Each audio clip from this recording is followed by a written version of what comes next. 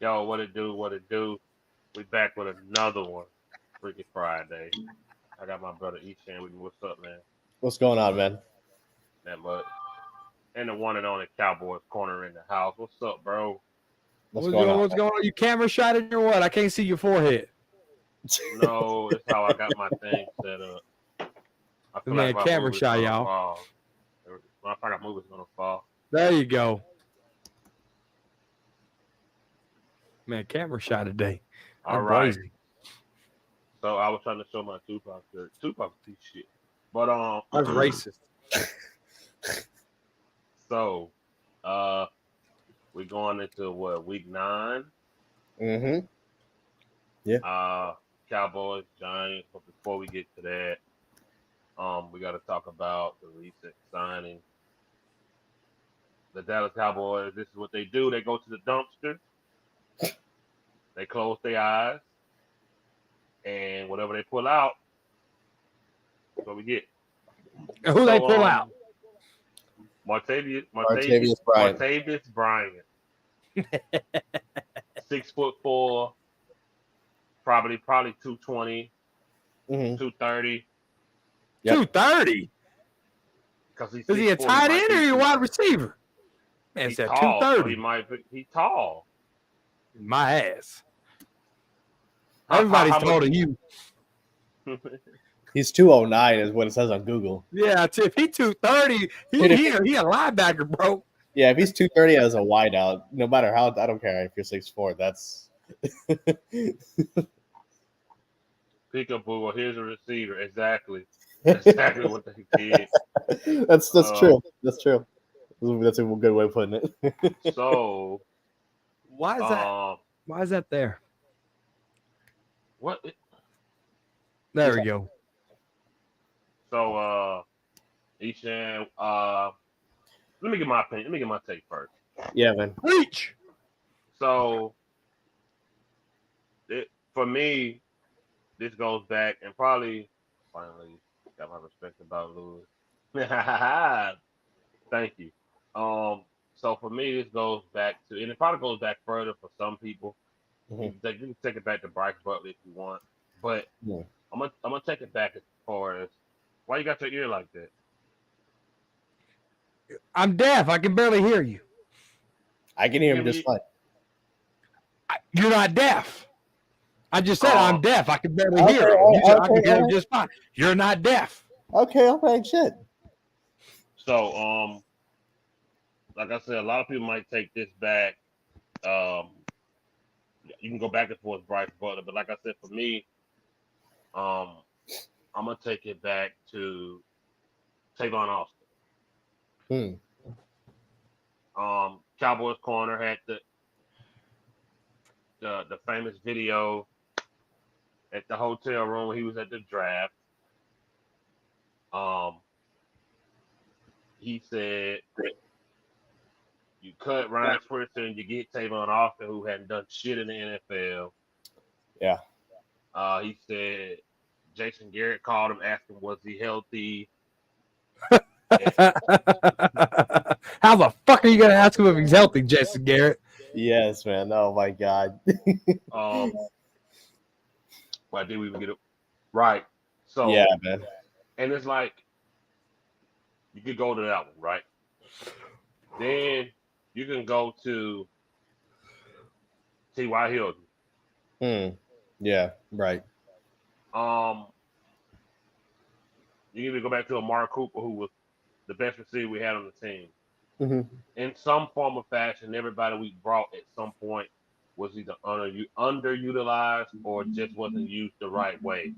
Mm-hmm. And Amari Cooper got Dak paid, and once Amari Cooper got Dak paid, it's almost like they was like, okay, we're done with you. Mm-hmm. Right. And as you can see, they shipped them off to the Cleveland Browns. I don't see. Isha, could you drop the link? Let me try. 1 second. Let me know if you can.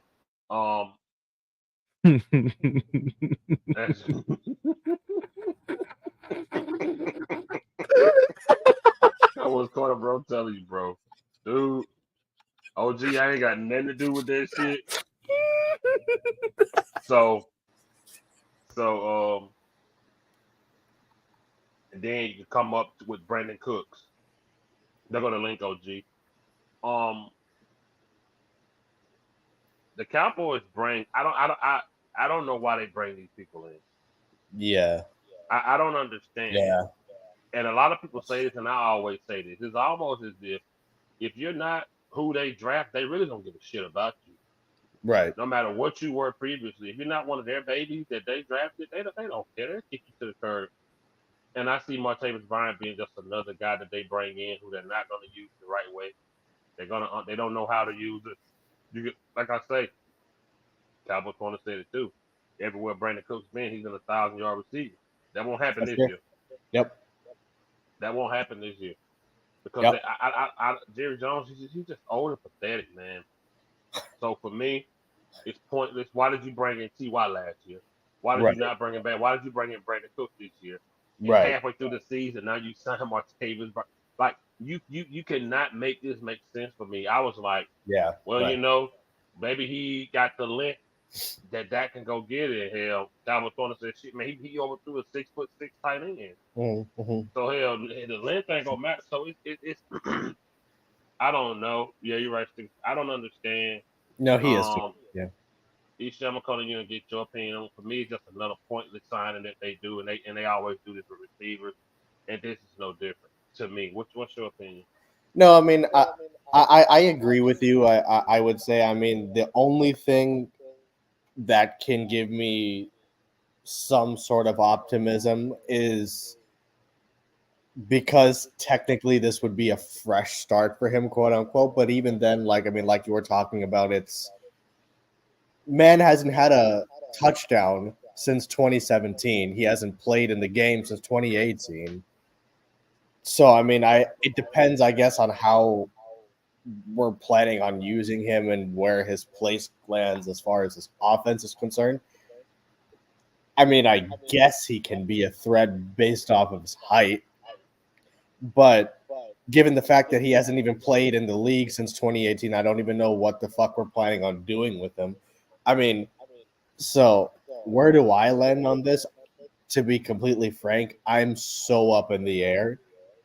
I really don't even know how to feel about this. It's like, I mean, you were bringing up comparisons to Bryce Butler, to T.Y. Hilton, and those are, I mean, I can agree with those comparisons because T.Y. last year, sure, other than the one play that he had in the Philly game, name me one other play that he had in his entire tenure last year. Like, I cannot name one other play. You know what I mean? So it's to be determined. I guess we'll have to see, but I really have no opinion on this other than to say, like, okay, hey, this is just another body that they're bringing in here. But to me, the issue is not even necessarily about Martavis Bryant. It's the fact that you're wanting to get a guy who hasn't played in the NFL since 2018, yet the most glaring issue on our team is the running back problem, and you don't want to address that. You know what I'm saying? It's like, okay, hey, you're looking at the offense and like, okay, Brandon Cooks is there, CeeDee Lamb is there. Yes, other than CeeDee, no receivers consistently showing up, but the most glaring issue on our offense is our running game. And you don't want to address that, yet you want to bring a guy in who hasn't played a game since 2018. In what world does that make any logical sense? It doesn't.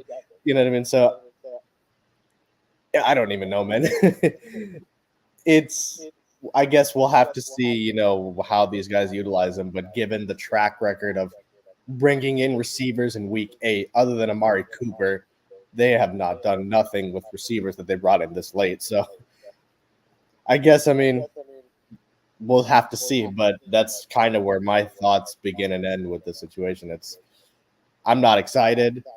I'm not really that pissed either. It's just we'll just have to see how it goes. That's my thoughts. Cowboys Corner, though, this makes sense to you. Are you on mute? Yeah, we can't hear you. The most glaring, thing when you look at this offense is the offensive line, because that's where you get your issues. I mean, Dak was real under duress from Terrence Steele. The running game can't get a good push because of the offensive line. But Martavis Bryant, all right, he's not the tallest receiver on this football team. We got a guy named Scoodmaker, right, out of Michigan, who's 6'6", and we're having a hard time scheming that. So Tolbert is finally getting more snaps. Michael Gallup's getting less snaps, but Tolbert is playing at a limited capacity. So if you got, and then Brandon Cooks is non-existent. If CeeDee Lamb was to get hurt, this whole team implodes. Right, exactly. Period. Yes. The team implodes if Lamb gets hurt. Not wishing any injury, but we have to protect. We have to bubble wrap Lamb at all costs. Mm-hmm. Mm-hmm. Martavis Bryant's just another guy. Hasn't played in 5 years. He might make you a couple of splash plays like T.Y. did, 3rd and 30, right? Mm-hmm. Mm-hmm. He has that type of speed.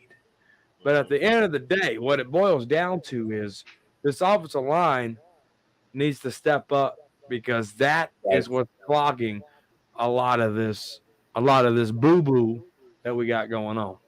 Right. Speaking of boo-boo, I see Terrence Steele cut that dumbass hair.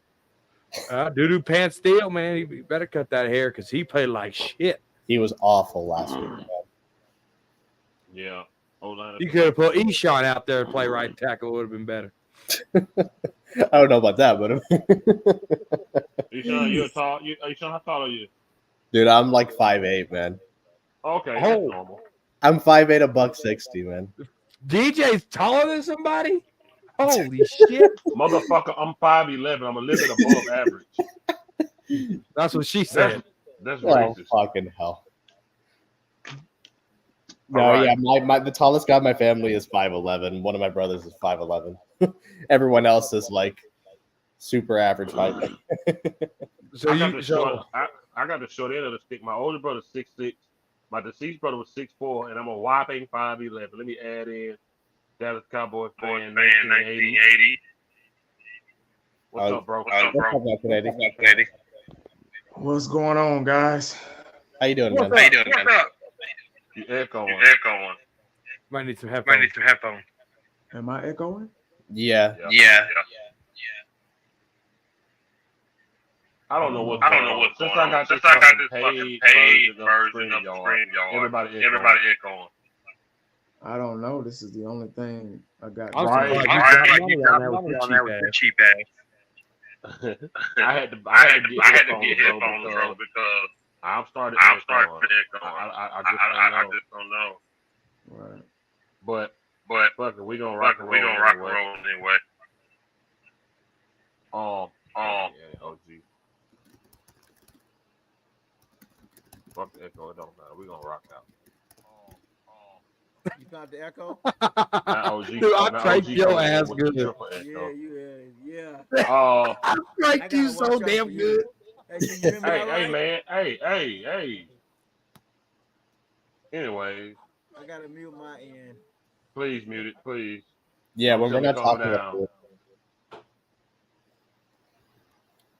OG, Can you hear me? Yeah, you're good, man. All right. All right, 19, you there? Yes, sir. All right.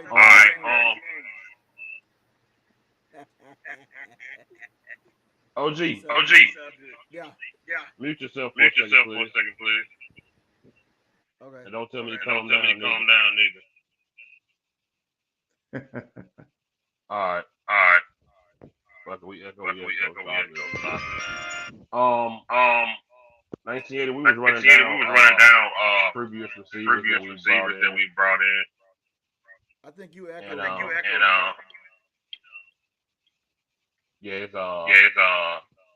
it's up for 1980. Like I said, it's only started doing this shit when I bought the page. It's so crazy. I had to put on headphones my damn self. But like I said, we talk about previous receivers and the point of bringing them in and doing nothing with them. And we mentioned that everywhere Brandon Cooks has been a 1,000-yard 1,000-yard receiver. receiver. That probably That won't probably happen won't now. happen now. And What's your takes on takes on bringing Martavis Bryant? in? Wow, when I saw that, I almost I did make a video about it, but I never posted it because there was no reason to post it. This is irrelevant. I honestly think they're running away. They're running away from the real issue. Yeah. They're running away from the real problem. I've come to the realization that the Dallas Cowboys, we all can agree that there was one problem against a winnable game last week, and it was the run game. We had no run game. So we were one-dimensional. We are a passing team. I know it's a passing league, but hell, we've took advantage of that shit. I mean, we way overboard with the passing. That's all we know how to do because we don't have a consistent bell cow running back. Right. Our offensive line could be better. They're okay, but they could be better. Pollard is not turning out like a lot of us thought that he would. And like I said earlier, I have receipts on videos that I've made about Pollard not being that guy 100%. Now, it was cool when it was him and Zeke, but not being that guy. But anyway, back to this Bryant guy. Out 5 years, failed drug tests. There's a reason why he played for the Las Vegas Raiders. They didn't want him.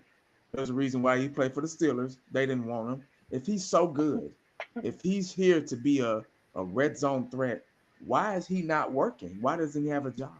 Why did we pick him up? I think we're passing the ball.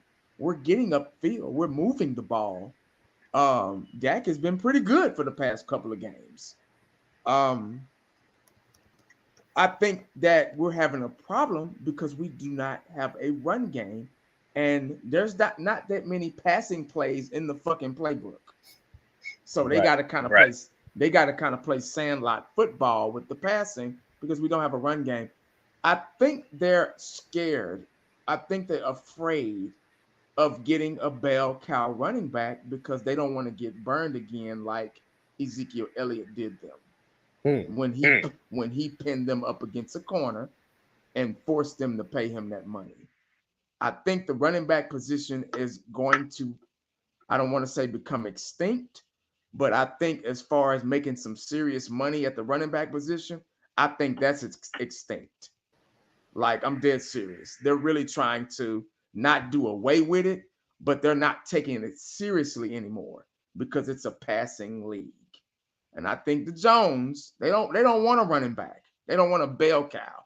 They're fine with these guys that we're mixing in, the Dottos, the everybody else, the Deuce Bonds or whomever. They're fine with that. They're okay with that because they think, oh, well, we got Dak and we got all these wide receivers. Let's add another one. He's 6'5", he can just throw the ball up and he'll go get it. We're not going to see this dude for probably another month, so I don't have anything. I don't have anything to say. It's almost disappointing. Like, really? It's like a slap in the face. Like, you know what we need, and you go and get this. You go and bring this guy in.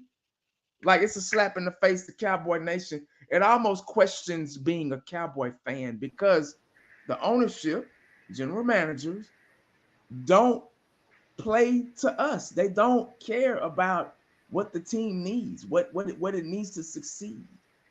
And it's just as much as we do. Like I keep saying every week, if I'm very passionate about the Cowboys.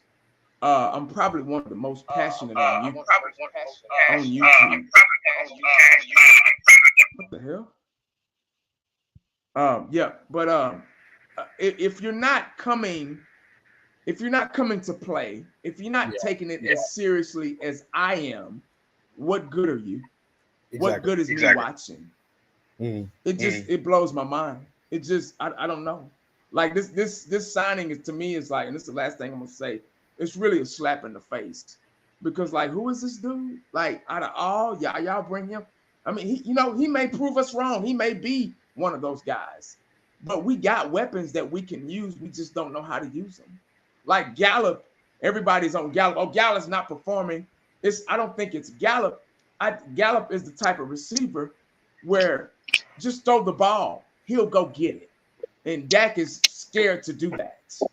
You got to know how to use your weapons. Him and CD on the same page because he's got the most history with him. So with Cooks and Gallup and Tolbert, they're not getting the reps, they're not getting the throws, and of course you're not going to be on the same page because you're not getting the reps, you're not getting the throws. But this team has a lot to really work on, and it's going to start with the line and the running game. They really got to try to implement that run game in there. But that's just my 2 cents. I really don't have anything on it, but I just had to get that out to kind of prove my point in the direction that I was going in, the direction of the question. Okay, I'm sorry about the audio guy. I don't know what's going on. I'm trying my best. Cowboys champ, what's up? 1980 has to meet. All right. Hey guys, What's up, man? Y'all still here? everybody.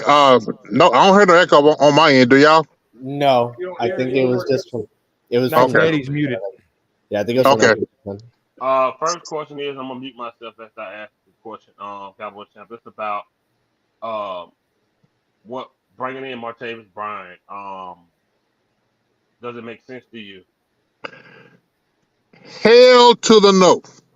Hell no, it don't. Yeah. Man, they got receivers. You got tight ends. You got plenty of weapons for Dak to throw the ball. The problem is it's not a big receiver. The problem is having a stable running game, a balanced attack. We want dimensional. Yeah. What's the next question? That was the only one. I'm gonna ask OG. I'm gonna ask this question. I'm gonna mute myself again. How you feel about bringing in this wide receiver when it seems as if everybody's saying we should have worried about this O-line and the running game? What's your take on bringing in a wide receiver right now when you just had T.Y. last year, who you underutilized, and now you bring in Brandon Cook, who's barely being used? What's your take on signing another receiver at this point in the season when we could have did something better during free agency?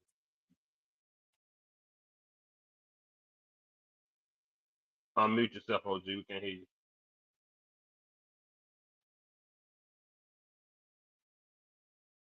Can you hear me?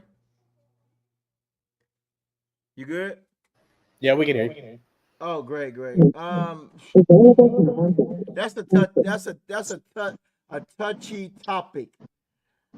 I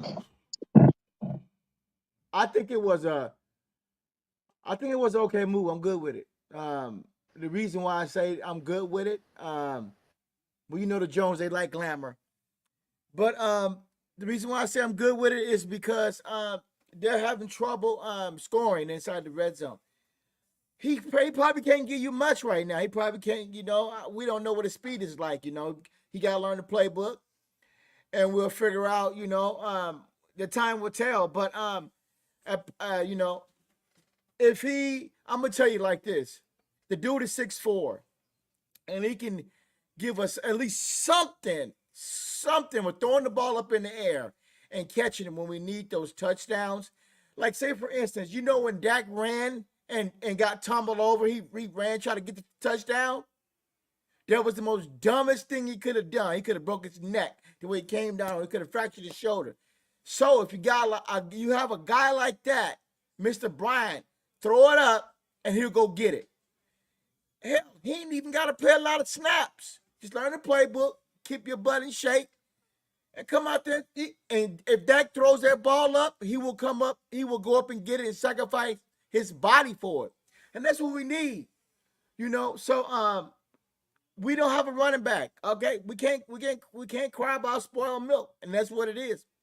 But if you can throw the ball up and he can be the only one that'll come down to it, it would be like, you remember how he was throwing Cooper? He would throw in a certain area, boom, Cooper would only get this. Cooper could only catch it. But this guy could go up and catch the ball. That's what I'm saying. I'm not saying I approve of this move. I'm saying this is maybe a move that they could try to, Dak could need help in the red zone in order for him not to try to run it. Because if Dak gets hurt on those kind of plays, the Jones are going to look real stupid. I said, Dak, you ran again? You got injured. You didn't slide. You jumped like you was a superhero. And that was dumb. So if this guy can come in and give us a little bit of something, I'm saying at least 50% of catches over the top or somewhere he can get it that can fit it into those tight spots, because he could be like that what's that boy name that for Philadelphia? He killed us. He killed us at the goal line. So Who, AJ Brown? yeah, Mr. Brown. So if this guy can give us something over the top, his speed may not be there, but he's a red zone threat, and we need that. We can't run the ball inside the red zone. But a better way to do is throw it over the top. They can try it that way and see how it works. I would love to see that. I would love to see him pinpoint and go up and get it on the field. I would love him to play the Washington game. Learn the playbook, get his ass on the roster. You got to figure out who I'm going to keep. I'm going to keep Gallup or I'm going to keep Cook. Because who will help you in the red zone? Who's going to help you? Can Cook help you or can Gallup help you? We need somebody to go up and get the ball. And that's what it comes down to. We need to score when it matters. And we couldn't score. I want to go back to one more point. I'm going to stop. I'm going to let it go.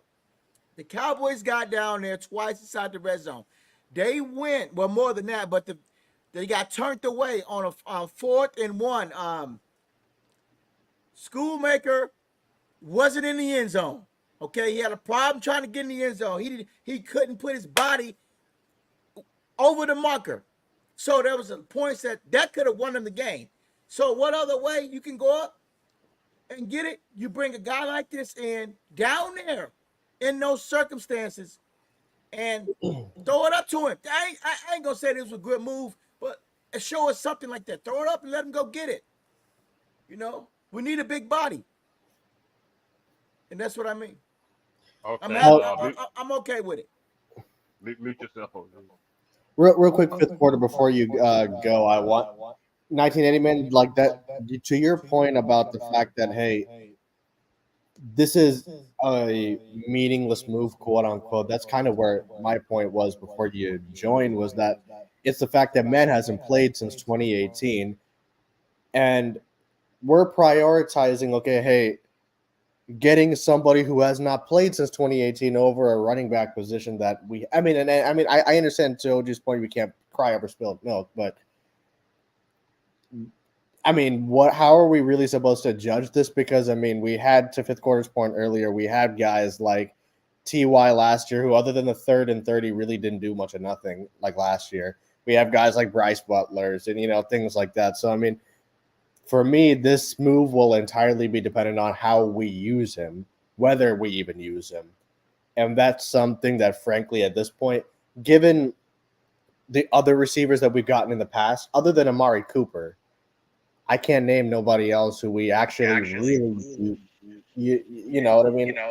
Well, but that's kind of where my thoughts are. I already touched upon it, but go ahead, fifth quarter. I just wanted to, say that. Peace out. Before I move on, Cowboys corner, did you want to rebuttal anything? Because you had put your shades on and you were shaking your head when OG was talking. So was there something you wanted to say? No, OG's talking like we know what we need. But at the same time, what has Bryant showed you what we can do? He's saying throw it up to the end zone, throw it up to him, and he's 6'4". We got a 6'6" tight end, and we can't do it with him. So how are we gonna do it with Martavis Bryant? Are you talking to me? That's I'm that's just rebuttaling what you said. Oh, you want me to The answer that? offensive line has to get their crap together. If any of this offense is gonna Hold on, mute flow, yourself, OG. If you ain't talking, mute yourself, please. Go ahead, bro. if any of this offense wants to flow correctly, it runs through the trenches. It runs through the offensive line. Scottish can't have the game he had. Terrence Steele can't have the game he had. Tyler Smith can't have the penalties. We have to be better in the trenches. You're better in the trenches, that helps your offensive, that helps your running game. You're better in the trenches, that helps your passing game. If your offensive line was playing cohesively, we would have scored when we were on the 6-yard line. What do you mean? He's been defending Dak all season. Where you been? yeah, Gene. I don't know what you're He talking. ain't really saying much about Dak. Anyways, that's one thing I want to touch on real quick, and I want to take this to 1980 because this is his position. Hello? Can I rebut what he said? Make it quick so we can move on to the next topic. Okay, 10 I know you gotta seconds. go get. I know you gotta go get in the bed. It's your bedtime already. So eyes is heavy. So we don't have. Only person that we have on this team that can jump is Gallup, and he's decent. He can, but this Bryant guy, he'll go up and get it for you, and that's why you bring him in. You know, we need somebody to go up and get the ball in the red zone, like a Dez Bryant. You remember Dez Bryant kind of guy? Des Bryant when he was young, not Des Bryant when he was 31. We don't know how much this guy got. We have to see him. We have to see what he got. He may have a small little bit in the tank, but whatever he got in the tank, I want to see it. If He got a lot of weed in the tank. yeah, hopefully he detoxed on that weed, and when he Cut us get some done playing a slack little on bit, that, he can man. Cut us some slack on he that. can smoke. Hey, stop hating on him now. Stop throwing stones now. I told you about I got a throwing pocket full of stones. them. Don't make me call Stop throwing them Beverly. stones now. Don't make me call Beverly. And them chickeries. That's fifth quarter's girl. So anyway. What? All right. So anyway, you, if he you can done? at least, if he can give us 3 touchdowns in the red zone, throw it up. That's all we need. And if we can get him to the playoffs, we get to the playoffs, throw it up against San Francisco and against Philly in the playoffs in the red zone. Throw that sucker up in the air and let him go get it. And if he come down with it, I'm gonna be so damn happy we make this pick. I mean, we went and got him. Just throw it up in there, and I want to see what happens. That's all you gotta do.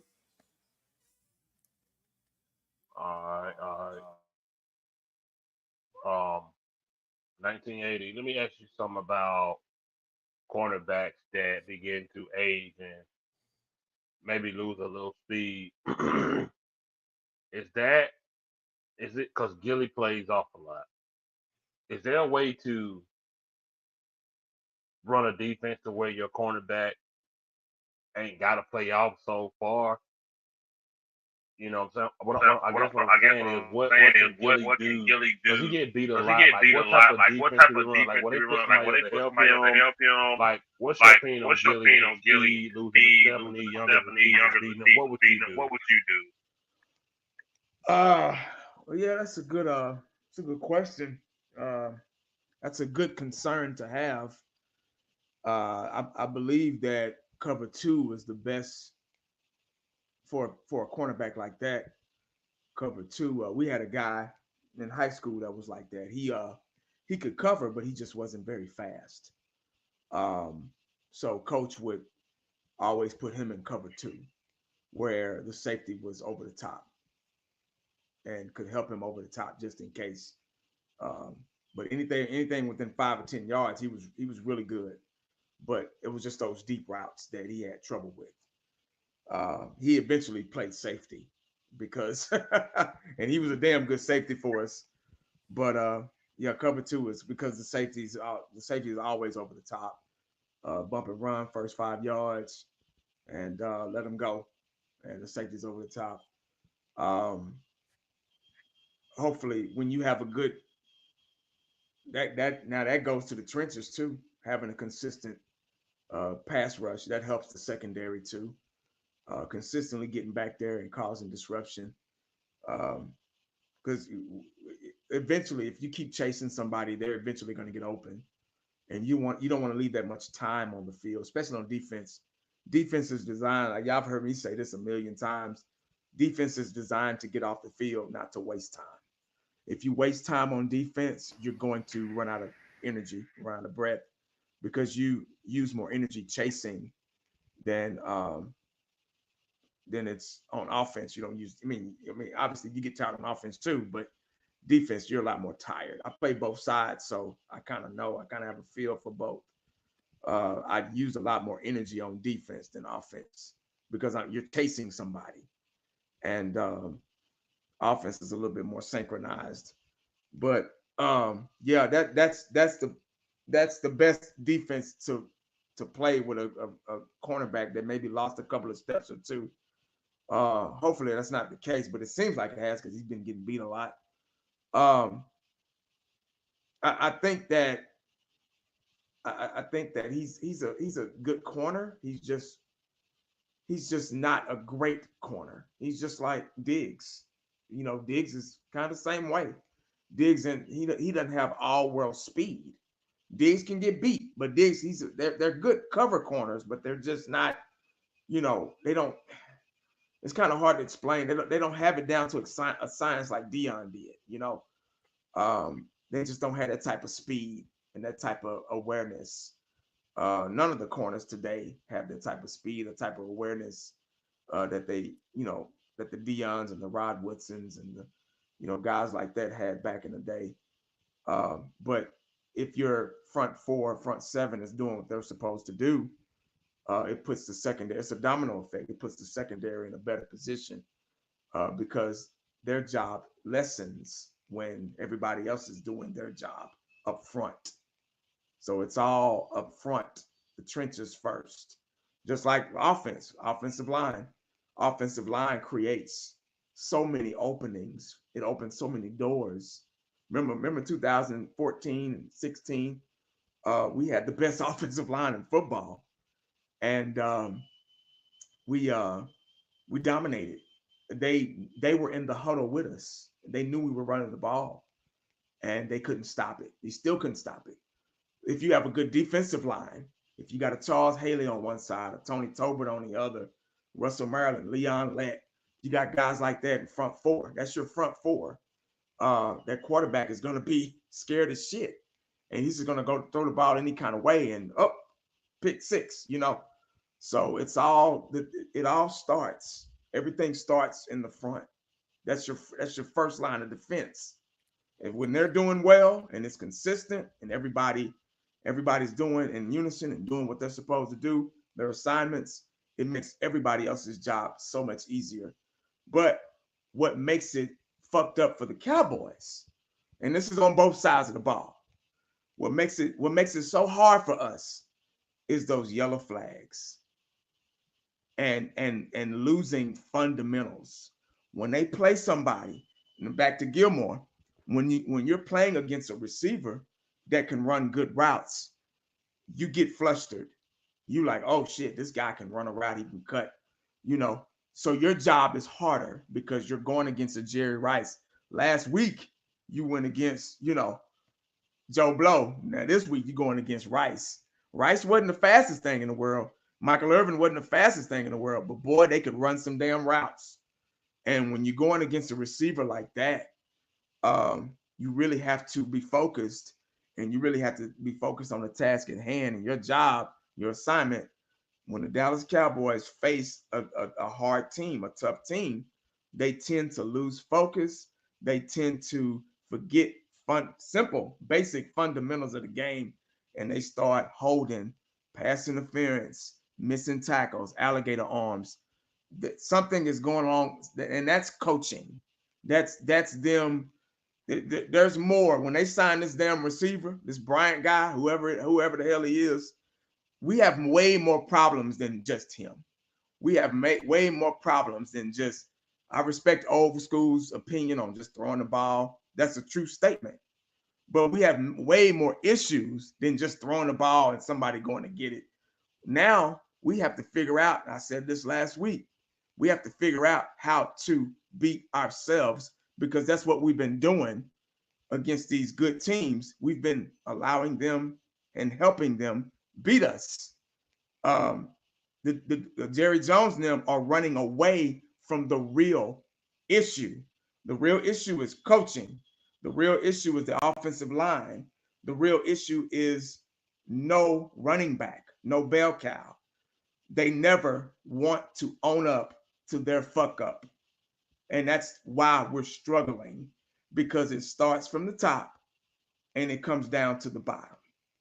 See, if action reflect leadership, if your leaders don't care, it's going to show on the field. It's going to show on the field. And that's what happened against Philly. That was a winnable game. Philly is not that fucking good. God bless them, but they're not good. They're not that good as their record shows. We had them, but the lack of discipline and them not being scared to make a mistake cost us that game.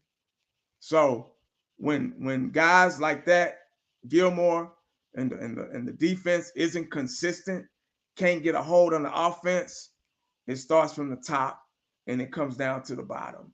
These guys don't know what to do. They get flustered. It's almost like they're scared of competition. Now watch tomorrow. Sunday, we're gonna go pick on the poor Giants because they're battered and they're injured, and we'll probably win that game. And we're gonna be like, oh, okay, why we didn't do this last week? Where was this last week?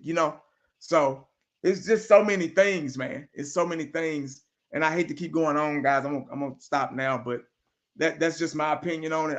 I know I went way off track with that, but it kind of went with all that. You gotta factor all that stuff in when you're talking about one guy, because it's a domino effect. All right. I want to go to Cowboys. Yeah, Cowboys champ, you there? Yeah, over here. All right. Roger. So check this out. So would you agree that there are certain positions that you draft in the first round that have to be impactful right then? I know first round quarterbacks sit. I know different positions sometimes sit and learn. But would you agree that there are certain positions that you draft that first round that come in ready?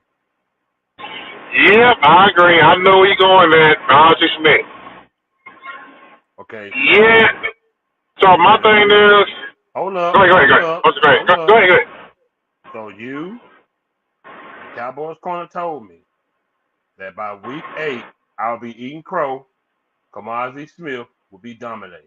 Now this is the first round pick, and Be careful. Be careful. Be careful. Be careful.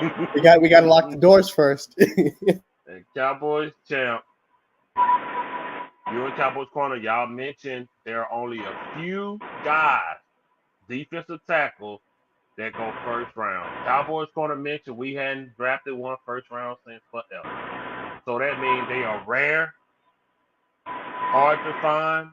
What's up, Iceman? And when they get them, they are really good. It's almost safe to say every DT that been drafted first round in the past 15, 20 years have been good. So we're going into week 9. Our first round defensive tackle, who they tried to say was just this big bulldozer, all of this, he's invisible. He's a no-show. Even when he's out there, I don't see it. It's like he's hands fighting with offensive linemen. His strength means nothing because it's not all about strength. It's about technique.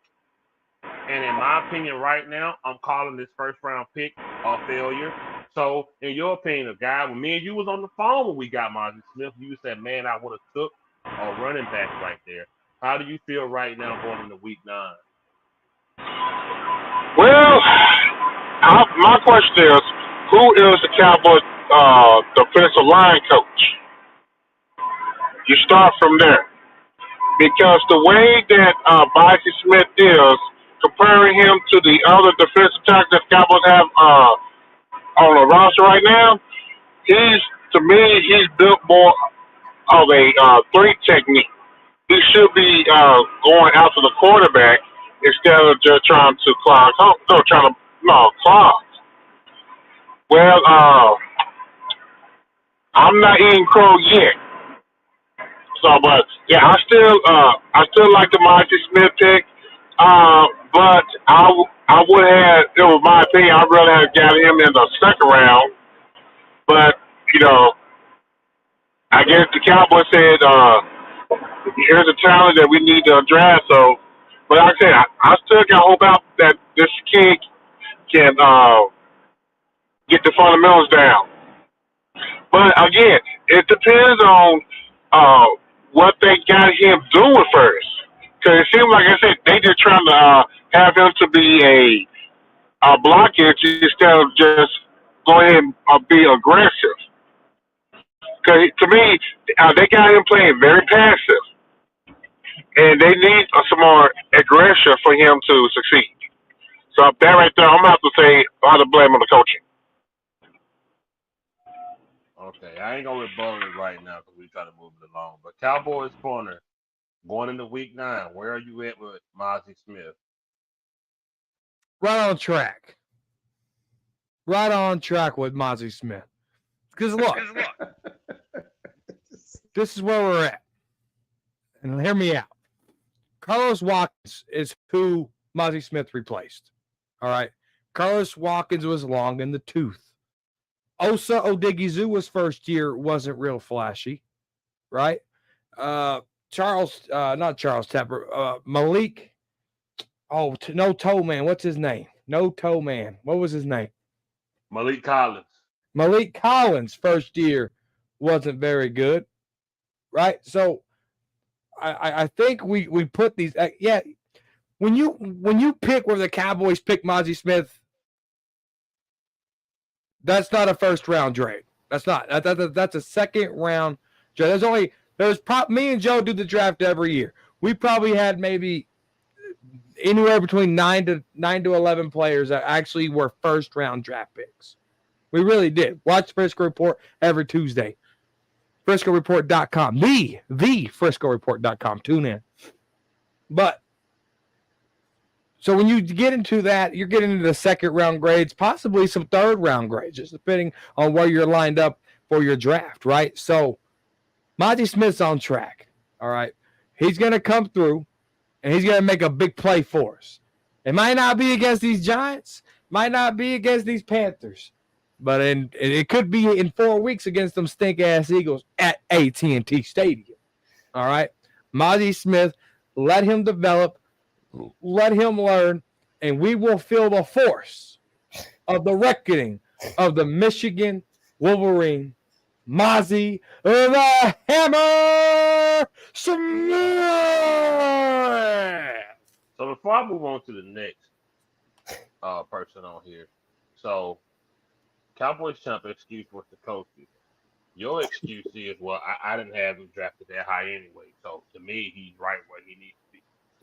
Hey, are you fucking kidding me? So when I said projection of week 8, the projection of week 8. Okay, go ahead. Move the goalpost. Move the goalpost. Uh-oh. No, because I said this. So I said this on the live. He was making progress. That's what I said. Right. There was progress being made, but Dan Quinn did not let him play against these Eagles for whatever reason. So he's on track. Okay, before I go to Esham, I'm gonna go to OG first. OG, where are you at with Maz Smith going into week 9? It's OJ from now on. OG, man. Be careful what you say. Be careful. Where am I at? Oh man. Oh shit. Can you hear me all right? Yeah, you're good. Echo? You're good. Where am I at? I'm kind of like tired of talking about this Maz Smith thing. I'm a shit. I don't even really want to comment it only because he can't even get on the field to play, man. I mean, damn. So I think it was a wasted pick. No. It's gonna be about 2 years. Like I said, man, this draft was dumb, man. They really inked up on this draft. They really effed up on this one. You know, they could have been a cornerback, or offensive tackle, or running back. They didn't do it. So same for the second pick. So Ozzy is he's waiting to see. We waiting to see. I call him Ozzy Osbourne. Ozzy, is he or is he? Is he or is he? Is he gonna play or is not gonna play? Hell, but I think it was a wasted pick. You know, Not even close. Okay, he said why he said it's a wasted pick. He can't get on the field and play. Dan Quinn don't know what the hell he doing. You need to start Ozzy, put him in there. Oh, Mozzie. Start him. We're playing against weak teams right now. The Giants, we got Carolina, we got Washington. Start him and let him give some reps. You got to play your number one people. They cannot sit on the damn bench. Damn with Hankins. You can bring Hankins in later on down the line. And let him get into playing shape. I don't see really nothing from Hankins right now. I don't see anything. I don't see no pressures. You don't know what you got until you put those guys in and playing. Same thing with Williams, sitting on the bench. Dan Quinn, he got a good defense. He got a damn good defense. He got to play them young boys. He got to play them and let them play. I don't know what the hell he's waiting. How many games we got left? 9? Yeah. You got to let this defensive line, you got to settle them down, and you got to play them young boys.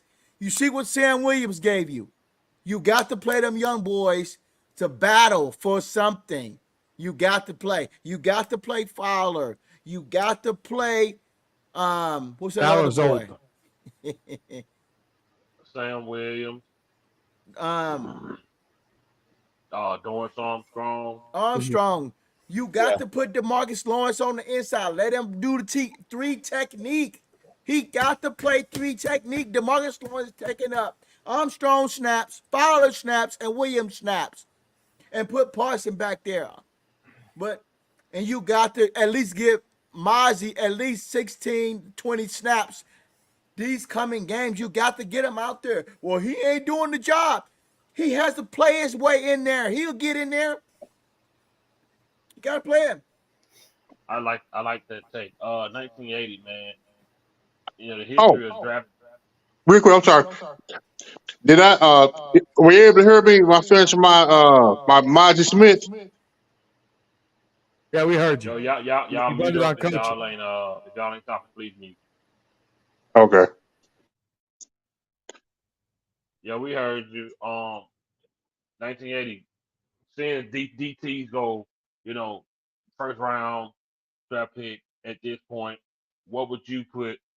I would say the lack of production or the lack of impact from our first round defensive tackle. Would you put it on him? Would you put it on coaches? How would you assess it? Well, right now it looks bad. The illusion of it looks bad. It looks like he's not doing anything. I think we wanted a little more. Us as fans, we wanted a little more from him.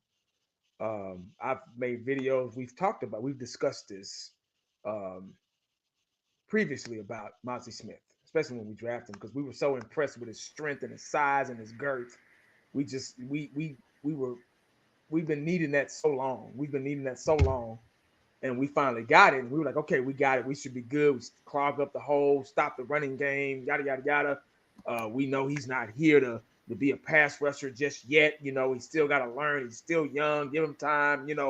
Everybody's pretty much said those things and wanted the best for him, which we all want the best for Maz Smith with his strength and size. Is he doing that? I can't. It's kind of hard to say because, like Old School said, he doesn't play as much. He's like a situational type guy, so it's really, really hard to all the alternating those guys do. Dan Quinn runs the same fucking defense. Everybody's aggressive. If you're not blitzing, you're back in coverage. Well, as far as a linebacker go, I mean, hell, Michael Parsons is blitzing. He's in. You don't know. You just don't know. It's just kind of hard to. We're not a coverage team. We're an aggressive, blitzing, pass rushing, go after the quarterback type defense. That's why they're always finding holes and nickel and diamond up the field on us because there's not enough guys in coverage in the middle of the field. But anyway, back to Maz Smith. I don't want to talk too long. I think we probably could have waited. Maybe second or third. I think he still would have been around.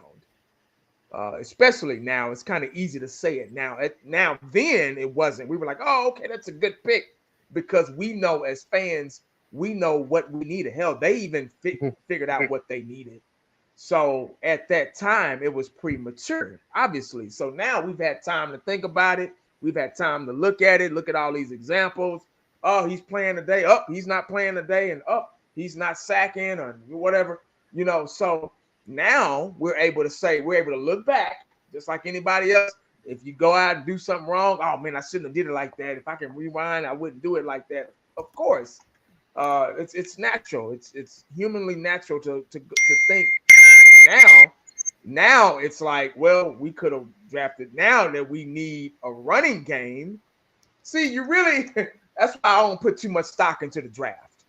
That's why I don't put too much stock into it. I stopped doing that shit because what you think you need, it may be something else that you need. And now we need a running back, So I think we probably should have went. Now I can say we probably should have went running back then, Maz. I'm not saying we shouldn't have drafted him at all. I'm just saying we probably could have waited. He probably would have still been there. Okay, if that answered your question, I don't know. Yeah. No, it did for sure. That's what I said. That's kind of like how Cowboys champ. That was his point. We could have waited. We could have got something else right there. I definitely agree now. The fact that we just went and got Martavis Bryant when that position out. You get a running back who give you 100 and almost 200 yards last week, and the following week you go sign a wide receiver. So your running back who ain't been productive all year, shit the dead last week. Your wide receiver who's been keeping this team afloat did what he's been doing, but you go draft a position that's been kind of succeeding. But anyway, Isha, how you feel about Maz at this point? Hold on. Let me say this real quick. I'm sorry. I don't want to say that he's a bust. I'm not saying that. I'm just saying that, like Cowboys Corner said, his Maz Smith is. It's going to take a little time for him to develop. Unfortunately, now time is what Dallas Cowboy fans what we don't have anymore. We've ran out of time. It's been 27 years. You get what I'm saying? So I think we're ready to plug somebody in and get him in there now. And boom, he needs to do this, and boom, he needs to do that. Because we've been waiting so long to be winners, actual winners, not just make it to the playoffs and all that stuff. But I'm not saying he's a bust. I'm just saying like it's going to take a little time, and we're running out of time. And we have other issues besides. Maz Smith. I know the question is pertaining to Maz Smith and his if he's progressed or not. It's kind of hard to say. It's really kind of hard to say. Yeah, no, I mean that's. Give us your opinion on Maz Yeah, man, I'm somewhere in between everyone because I mean, if I were to be pinned down and put a grade, to be honest, as much of a cop-out answer as this might sound to people, to me it's incomplete how I would grade Maz Smith so far. Because on one hand, man, as fans, him being a number one draft pick, and then he's not really. I honestly haven't seen much growth, much development from him. But then at the same time, he's not on the field either at all much. So I mean, there's nuances to both sides of that argument, right? And I mean, because he's not playing much, and if you go just based off of his stats, I would honestly give it a D. But then at the same time, the fact that he's not playing, how are we really supposed to judge him? You know what I'm saying? Because it's like, in this entire season, I've maybe seen 2 plays from him. That's just my eyes, what I have seen on the field. And so is that because of him not showing growth in practice? Maybe that might be something that might be a factor in it. It could be the fact that Dan Quinn is calling the same shit. You know what I mean? There's that in it. So, I mean, to be honest, I really did not know how to judge this guy because as a fan, I'm disappointed for the fact that he's a number 1 draft pick and there's glaring issues that we have on this team that are not addressed that we could have taken in the first round.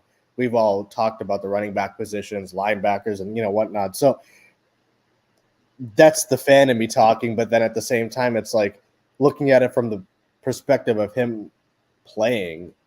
I'm not seeing him on the field, so how do we judge that? You know what I'm saying? So it's like that's why I'm copping out giving a grade of an incomplete because I really don't know how to judge this guy, to be honest. And I mean, I'm not going to go as far as to call him a bust because, again, he's still a rookie. But I mean, I would be lying if I said that I wasn't disappointed. You know what I'm saying? And so, yeah, fuck, man. I don't even know how. Like OG, I don't even know how the fuck to judge this because it's just like we've talked about this guy so much without him even. With him barely playing, we're talking about him so much. So I mean, I don't even know how the fuck. Shit, I mean, it's inevitable to be disappointed, I guess. But I mean, I don't even know. I guess, yeah. I mean, I'm super up in the air with this guy, to be honest. Is he going to contribute moving forward this year? Who knows? I haven't seen nothing from him so far, so it all depends on, I guess, Dan Quinn's scheme. I know whether or not this guy even gets on the fucking field to begin with. But I don't know, man. I mean, I have no idea how the hell to do with this guy. So, yeah. I got you. Hey, Cowboys, let me ask you this.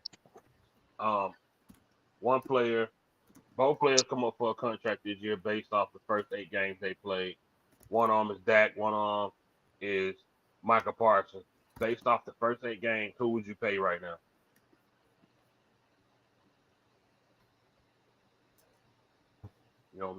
Oh, really? You're gonna ask me that question? Based off the first 8 games, if you had to pay number 4 and number 11, who would you pay?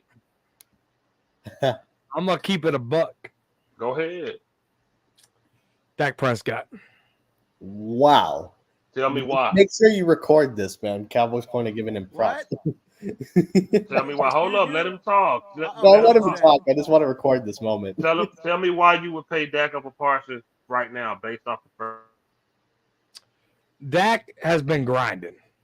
There's been a lot of adversity with Dak Prescott this year that I haven't seen where Dak stepped up to the plate and really balled this year. That's why I've been sticking up for him more because it's so easy to pin Dak Prescott on so many things. But this year, I'm like, well, wait a minute. We have this going on. And it's not excuses. It's the reality of the fact of life, of the obstacles that we've had. I mean, you look at the Cardinals game, the defense messed it up. You look at the 49ers game, the defense really messed it up. Yes, Dak had a pick in that game, whatever. But you look at the play calling of what Mike McCarthy's doing. You look at the lack of a running game. We know that Dak Prescott excels in a play action. We know that everything has to be clicking. But one thing remains the same, is he is getting the ball to CeeDee Lamb, who he struggled to get the ball to at the beginning of CeeDee Lamb's career. Right. On the other hand, Micah Parsons is becoming more – now the once-in-a-generation talk has to go out the window.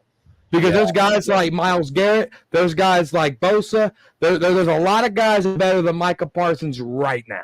So the once-in-a-generation player, that's out the window. You wowed us for 2 years, Micah Parsons, but you ain't once in a generation. You're not Lawrence Taylor. It's time to bring you back to reality. You ain't the lion. You're a lioness. Because when it comes to it, Micah Parsons does not show up. Let me say that again. When it comes to it, he runs to a podcast instead of running to make plays. Right now, I agree with that. Dak has been more more consistent than Micah Parsons has. And that is a fact of life. Shit. OG, you itching to go, so I'm gonna let you go next with the same I'm question. itching to go after him too. 8 games in right now based off production. Who would you pay, number 11 or number 4? Mute Parsons. yourself if you're not talking. I play Parsons. Now, the reason why I say I play Parsons is he's not playing in the right position. That type of talent needs to be playing middle linebacker. When that type of talent gets on the field, listen, man, the boy. No, I said based off production. You can only pay him off what he's playing. What he's Based done, off production. Yeah. He's not had a good production this year because he's getting double teamed. Okay, this is his third year. This is third year. Okay, now when Dan Quinn is out of here, we will be stuck. Move Parsons back to middle linebacker, and you will see a lion who cannot be stopped rushing inside and rushing on the inside and the outside. Because they schemed out Parsons already. Right now, as we're talking, they're scheming for Parsons this weekend and week after and week after. They schemed on him. That's how good he is. But for Dak Prescott, you don't have to scheme. Dak is going to be Dak because Dak has been there for 8 years. 8 years. We're talking about this year. We're talking about right now, though. That's the question. I'm leading up to it. 8 years. He got his money, and you've seen throughout the years, he's getting paid more money, robbing the bank. He just got the mask on right now. He's robbing the bank. Dak needs to win those games that he's supposed to win. The Philly game, the Cardinals game. He needs to sacrifice himself to go out there and win the game. If they don't get to the Super Bowl this year, it's time to move on to a new regime. Dak needs to step his game up. I don't want those stones at him. He's a good damn quarterback, but 8 years, damn, what you need? He has shown, okay, he got the big numbers. He had 397 yards. That was good. But we don't care about the numbers. We care about the W's. We care about, hey, throw the ball underneath on the quick slant to Lamb to get the touchdown. Throw the ball away. Throw the ball out the end zone. Quit taking sacks. We know Steele can't hold water. We know that already. Dak knows this. He knows this. So I'm trying to everybody make excuses for Dak. I'm not paying Dak no more money because you got your money. And everybody, oh, we good this year. We good. We good. We got a winning record. But when it comes to those teams that he needs to beat, he can't do it. And he needs to show everybody he can do it. San Francisco, the stinking Saints, who know we might even play them. We got the stinking Eagles coming up again. We got those stinking teams. He needs to show us he can do that. He's not getting a dime. I have not bought a Dak jersey in about 2 or 3 years. He done converted down to a damn T-shirt with me. You ain't gotta say you wish you on the show. If you want to come on the show, I'll send you the link. Hold up, before anybody else go. Cowboys Corner, you want to rebuttal him real quick? We could bring up the games he was supposed to win, but when against those Eagles, Dak was flawless. Let's be real. Oh shit. He was. He missed a couple of throws here and there, but what it boils down to, if you're not talking 28 points. What it boils down to, and it's not even the 28 points. It's we had offensive line woes, we had offensive line penalties that stopped us from scoring. Dak Prescott didn't stop us from scoring. It was the circumstances around him that stopped us from. Dak was his offensive coordinator called a jet sweep on a 2nd and fucking 15. Dumbest ass fucking play. We're not talking about that. I'm talking about when you get down. The question was, at this moment, after 8 games, and my answer is Dak Prescott. No, because you haven't showed enough. We'll see, OG. I showed enough to get extra paper. See, but no. I wasn't saying extra paper. I'm saying that Dak was never paid, and you had to pick. It was an even playing field. And him and Parsons was due to get paid. who would you pay based off the 8 games and production I so said far? Parson. And I gave you my reason. right. And I'm not rebutting that, but it's kind of my only thing was you said you would pay him because he's not being played right. And No, my rebuttal would be, because he's a Dak doesn't stud. have. Because he's a Okay, stud. okay, listen, Mike Tyson was a stud when Buster Douglas beat him. It's about what you do in that moment. And my thing, and what I'm saying is, you saying the adversity he's faced, being held, being played out of position. Right. Dak has been running for his life this past 8 games, Josh and I'm Dobbs not beat the even big Cowboys on that. defense, Sticky Fingers. Josh Dobbs beat the Cowboys defense. So what I'm saying is the adversity Prescott is also facing, being sacked at least multiple times each damn game. He's been way more productive than Michael Parsons. The only production Michael Parsons knows is the one he set up to do his podcast. And every time he lose, he get on there and say, "Man, we still better than them, bro." And he don't comes Michael out and Parsons, show it. piss me the fuck off. Michael Parsons can have his podcast. Leave him alone. I'm just saying. Because I OG just said feel that. like sticky fingers. You want to come on here and express yourself about how you talking about Dak trash, bro? Dak has been one of the most productive quarterbacks through 8 games out of the whole NFL. Out of the whole NFL. Out of the whole NFL, bro. He's supposed to be. He's an 8-9 year vet. That's not the But point. look at the adversity. He don't have a running game. And Dak is not a perfect passer. But this year, Dak has turned it on. He's do. I'm gonna let you go. Yeah, you're good, man. But I wanted to go. I'm gonna let you go. But I know 1980 don't be on long, so I'm gonna go to him. I'm gonna say one more little thing.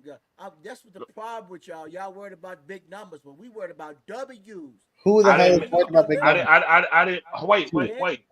Michael, when Dak lose, Michael Parsons lose. They're on the same team, so we can't talk about W.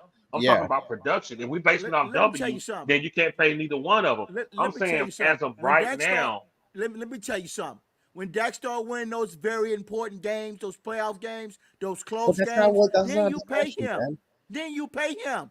Chief, that was not his question. You're right. 1980, based off where we at right now, and you had to pay 4 and 11, who would you pay? Oh, why y'all gotta come to me with this mess, man? Damn good question. God damn. Make sure you like it. Y'all know me, man. I've been hard on Dak, but this year I gotta say he's there's been some games where I'm like, whoa, Dak, what the hell? But there's been these past couple of games, man, he's been on it and he's been proving me wrong, which I'm very happy because, like I always say, I'm the only Cowboy fan on here that don't mind being wrong. Right. So I like to be right. I like to be wrong about Dak because I'm so hard on him because I know he has the potential to be a good quarterback. I'm always hard on Dak. Always. I think I would give it to. I think I would give it to Dak. I thought Parsons, but then I started thinking about his production this year. I had to think about the actual question this year, this season, these 8 games. Dak Prescott is these 8 games. I'm not saying, these 8 games. He's been okay. It's hard for me to say, but he's been okay. He's been pretty good. Michael Parsons has all the potential in the world. We all know his talent. Some of us can agree to disagree. He's playing in the wrong spot. He's this, he's that. I think he can be used a lot different. Yeah, but right now this defense has been really, really inconsistent. It's been giving up a lot of points, a lot of yards.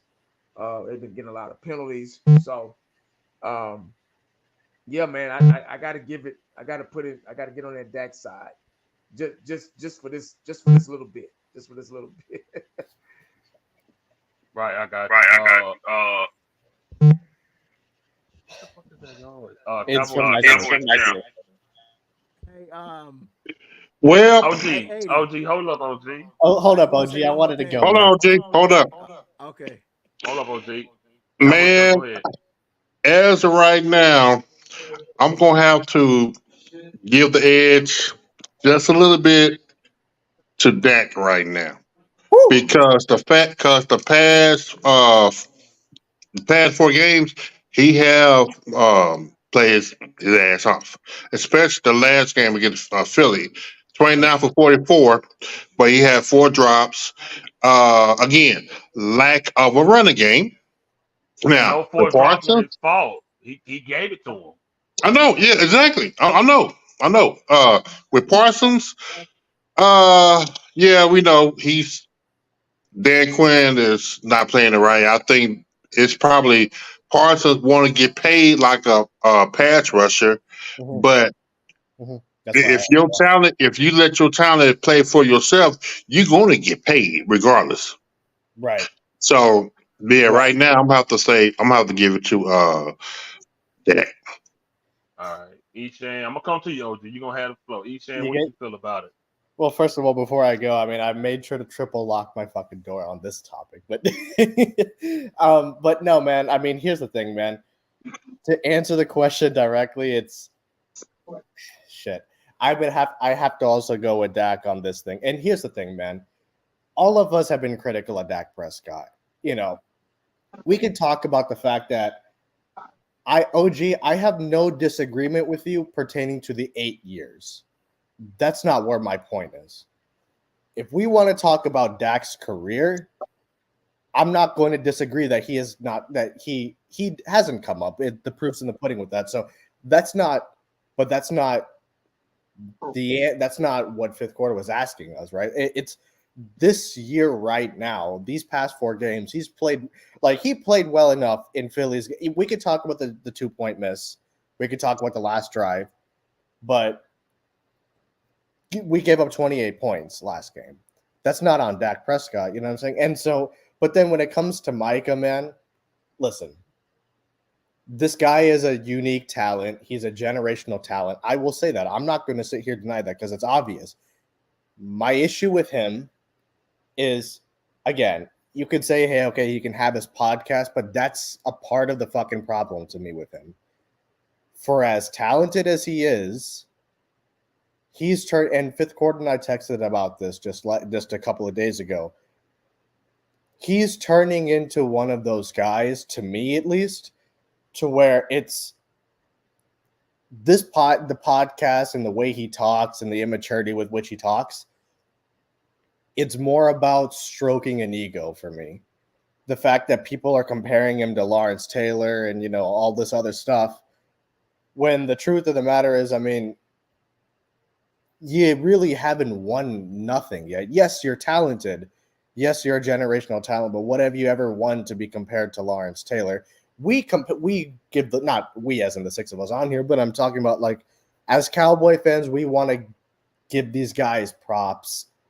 And Micah Parsons is really turning into one of those guys to me now. That doesn't negate his talent, that doesn't negate his play on the field.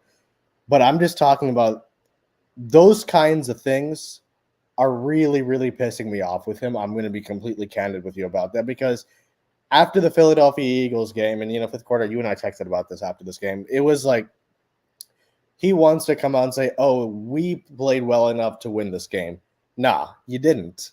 We had opportunities in this game to win. We didn't. It was a winnable game, but we didn't come through. So, but to answer that question directly, we can talk about Micah Parsons' talent being better than Dak's. We can talk about Dak's holistic career struggles. There's no disagreement with me on that.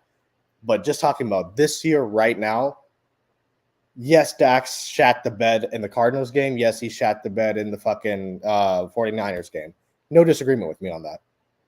But holistically this year, he's been better. Is my opinion.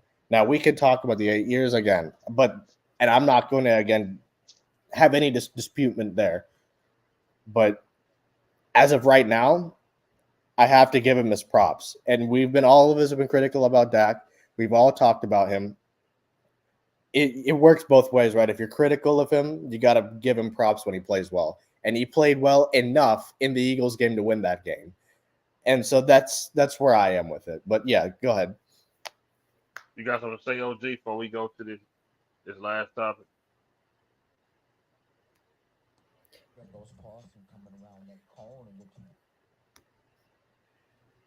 y'all still stuck on this podcast. Of Y'all course stuck I on am. this podcast. Y'all better let this podcast go. Leave Parson alone. He can have a podcast. He can be a preacher.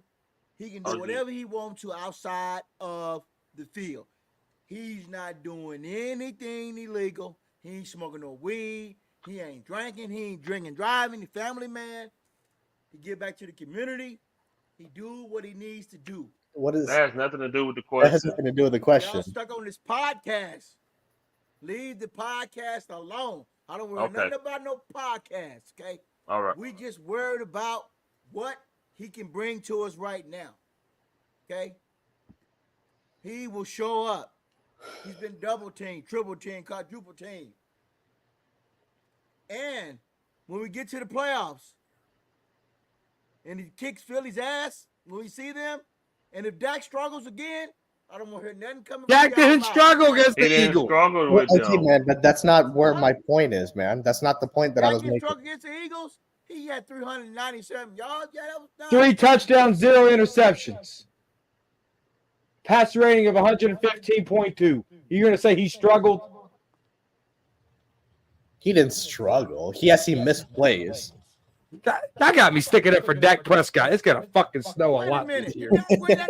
Wait a minute. Are you looking at me? Are you looking at me? Did Dak win that game? That doesn't mean he struggled. The defense gave up 14 points in the third quarter to a Did Jalen Dak- 28 points altogether. Did to a Dak win that Jalen Hurts game? that was hobbling. Must I remind you again? Did Dak win that game? The team lost. The team lost. Let me tell you something. Them boys got off that field twice. Wait a minute. Okay. Wait, hold on. Did Steele able to block his man correctly? You blame that on the Joneses. But what I'm telling you is, It was still out there. Wait a minute. Steele is the one who was blocking. He the one gave up 3 sacks. but they got the ball back though. Is what I'm saying. They got the ball back. Dude, we lost as a team, man. If Michael Gallup doesn't drop that first down, what will happen? The drive will continue in the first half. If Schoonmaker is in that end zone, what happens? If We Tony Pollard win the doesn't drop that freaking ball, game. what happens? If CeeDee Lamb doesn't drop that ball, what happens? If Dak Prescott doesn't get sacked that many times, what happens? And see, here's the thing. Here's my thing, man. There you go, fifth quarter with the ifs. You doing ifs too. You're doing this too, man. You said if Michael Parsons was in the right position, he'd be That's why more you're productive. smiling, because you know it's true. Yes. Anyway, we're gonna move on, man. We ain't gonna stick to that. Yeah, I'll give the link in the chat because 1980 was. Yo, drop that link. Drop that link in the But, chat. I want to say one little thing. Go ahead, OG. Go ahead. It looks like to me, it smells like to me, it looks like the same thing as last year. We're coming down the stretch. We're worried about certain players. This is the same thing we're worried about. And here we are. We're finna go on this 3-game run with Dak putting up good numbers, doing his thing. And when it coming down to the stretch, y'all saying he's balling, he's looking good right now. He's looking good. But when it matters, when it counts, the question was right now in 8 games. That's the point. No. That was the question. You gonna say no? That was the question. That was the question. I had to put a big explanation behind my no. So you back off a little bit. Well, I mean, I don't back off. I'm Cowboys corner. I bring it. And you tell her I'm not available. Beverly said you were available. Fucking motherfucker. Well, I don't mean to take over. We'll go after this at 5th quarter. I just wanted to touch upon. See, no, but the question is we've all talked about Dak's struggles. We've all talked about him not showing up in big moments, but that was not the question that he was asking. Just based off of the last couple of games, he's played well. He didn't struggle against the Eagles. Yes, he did not show up in certain moments, but he didn't struggle. No, I wouldn't say that. Go ahead. Green screen messes up the paper. Yeah, I can't even. That was a game. Hey, sticky fingers. No, stats don't win games. Production do. Being effective do. Mhm. You got to get in there and be effective in some way, and there's just been times where not only Parsons but other players on our defense just didn't matter. It's just not him. And we could talk about and see y'all missing the point, dude. Y'all you combining Dak's whole career. I'm That's just my talking point. about 8 games. Dak Yeah, that's Prescott my this point. year have some of the best numbers out of all of the quarterbacks in the NFL. Dak Prescott is playing good. Dak Prescott is being a more productive player on our team than Michael Parsons has been in 2023. Don't I live out what Parsons been doing. Y'all living off the flashiness and this and that because Parsons talks a lot. Michael Parsons is talking, talking, talking. He's talking more than he's playing. huh. Dak Prescott is quiet and playing ball, and he's doing enough to win. But penalties, offensive line not holding up, lack of running game has cost us some L's. Has Dak himself been a problem too? But yes, but he's been more good than he's been bad this year. Michael Parsons has been more bad than he's been good. And you can contribute that to him playing out of position, but at the same time, that's where you're at. That's where Yeah. you want to play. So Did you he need stick to up be for productive right there. did he stick up for Parson? I mean, did Parson Who? stick up for Dak? Who? Did Parson stick up for That's his Dak in his quarterback. What is he going to podcast? What's say? he supposed to say? Hey, my quarterback That's his sucks. quarterback. Okay then. All right. So you lay OG, off you my missed Parson. the. Hey, You dude, lay you're off missing the my point. Parson right now. Lay off my Parson. Chief, he's Hey, our team too. hey, I'm not Dak. You're not getting another dime right now. No more hey, paper for me. hey. This is Okay. what this is what we're doing, and I'm so tired of this. Y'all mute, please. Y'all not talking. The We had excuses for Tony Romo. We've had excuses for Sean Lee. We had excuses for Randy Gregory. Now we've always had excuses for Dak Prescott. Now we're getting excuses for Micah Parsons. I need Micah Parsons to show up. Dak's shown up this year. Micah Parsons has not. 7.5 sacks, that's great. There's a few other players that have way. Hassan Reddick has only been playing 3 weeks, and he has the same amount of sacks as Micah Parsons, the one that ate Terrence Steele's lunch. When have we said, you know what, Micah Parsons really gave that guy a bad game? We haven't said that in a while. I don't think we've said that this year. Well, he could pick on the Giants, but who are the Giants, right? I need Micah to play more. We have to stop the excuses because the excuses causes division in Cowboy land, just like it has with Romo, like it has with Dak, and we don't need the excuses from Micah. What we should be saying is Micah needs to step up. Put the money where the mouth is. You could talk on the podcast, but I need your pads to talk on the field. Okay, I got it. All 100% right, agree. let's move on from the parts to that topic. What's up, Tori? What's going on, man? Yo, what's up, fellas? What's Not much. happening? Appreciate you coming Who in is on this? Yo, before, my bad, sis. Before you move on from Who the is this? Prescott and the That's Parsons, right? Tori. Uh, Go ahead. That's yeah, Tori. Who? Look at the Tori, private you be chat, man. calling him Troy. It's Tori. yeah, Tori. Oh, So, what's good, man? Go yo, ahead. what's going on, man? Hey, just chilling. Man, come on, man. It's 1 o'clock in the morning. Go ahead. All right. So, I'm gonna say I'll pay Parsons because Okay, why? yeah, I understand that the stats and all that, but he don't. Hold on real quick. Hold on, bro. Yeah, I understand the stats and everything, but he don't win games. You know what I mean? It comes down to winning games. The stats and everything's cool and all that, but he don't win in big games. That's his problem. That's the That's issue. whose problem, Dak? That's Dak's problem. Okay, so That's why I would pay Parsons. So what about when people say defenses win championships? There are Yeah. times That's where I was going. where let me tell you something. DeMarcus Lawrence rookie year Mhm. in the playoffs, he saved us against the Detroit Lions. Right. Those are big defensive plays that save games, and there have been times where we needed Michael Parsons to step up just as well as Dak to step up. So we can't just say Dak don't win this and Dak don't win that.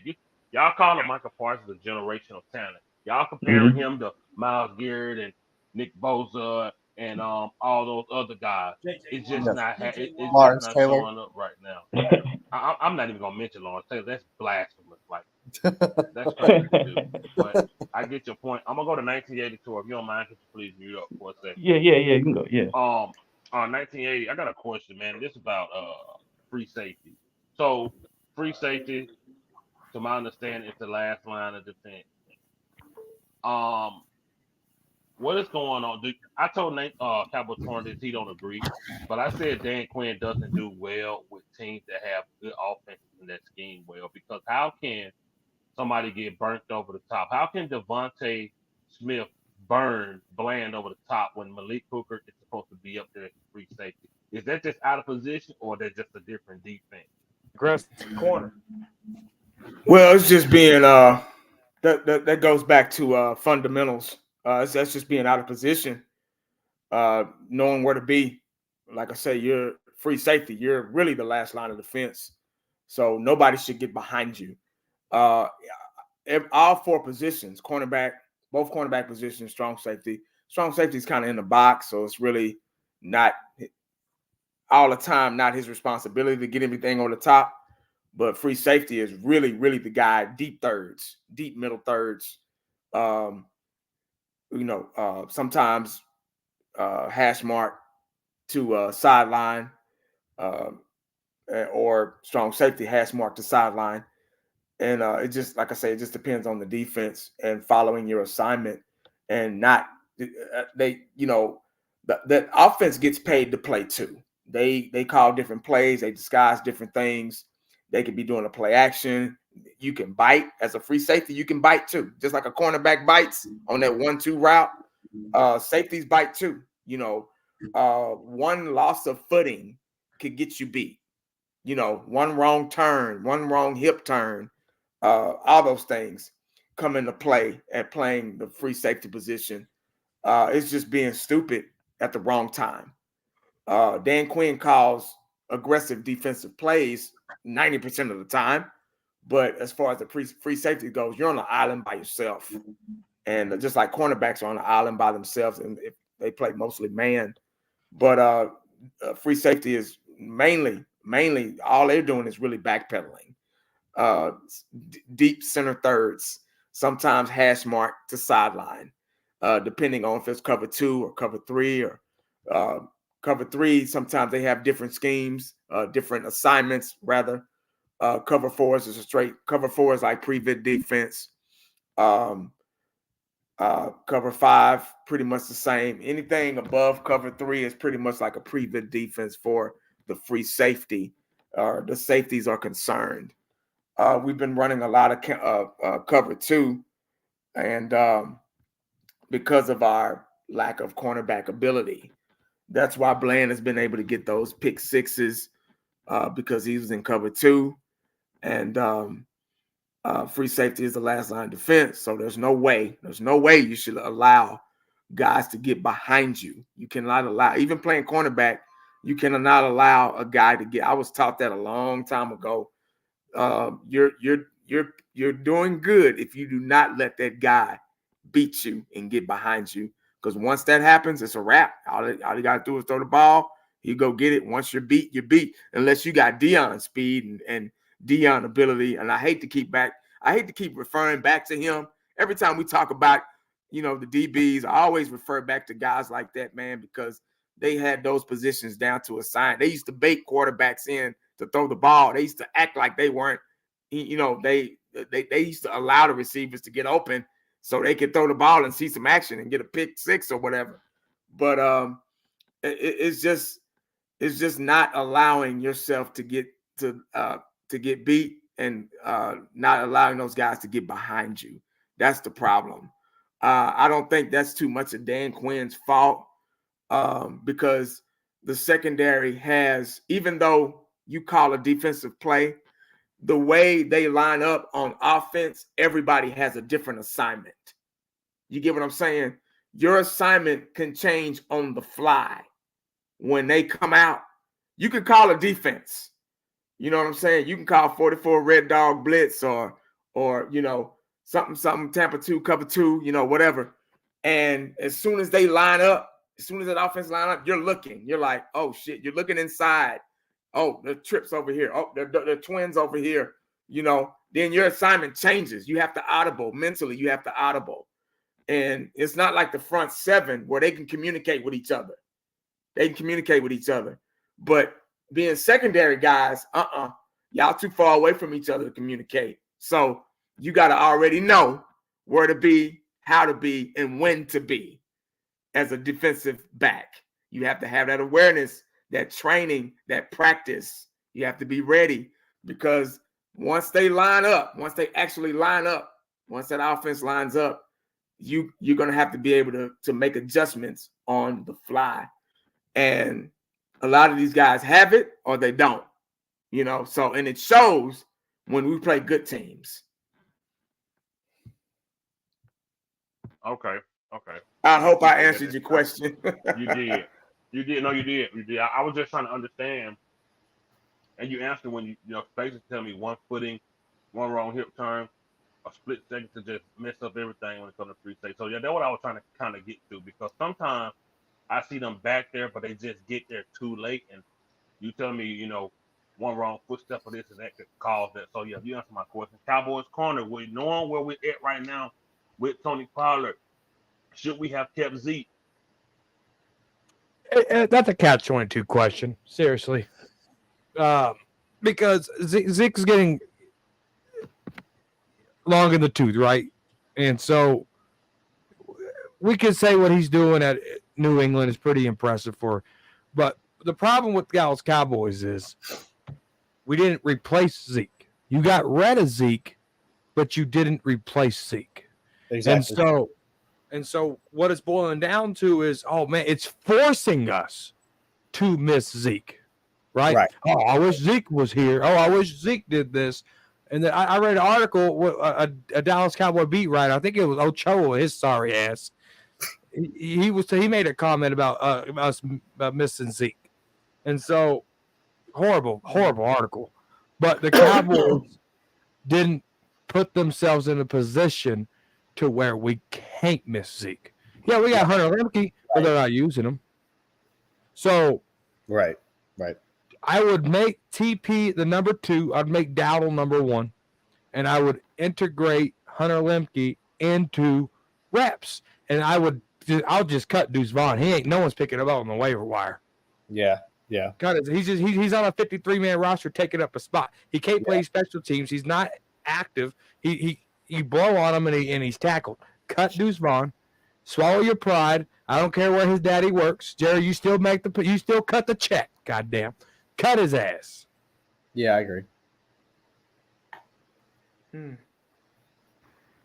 Okay, I like that. I appreciate that. Cowboys channel, you've been big on running back. Do we miss Zeke? Man had his camera on the whole time. And turn off, I can't even hear him.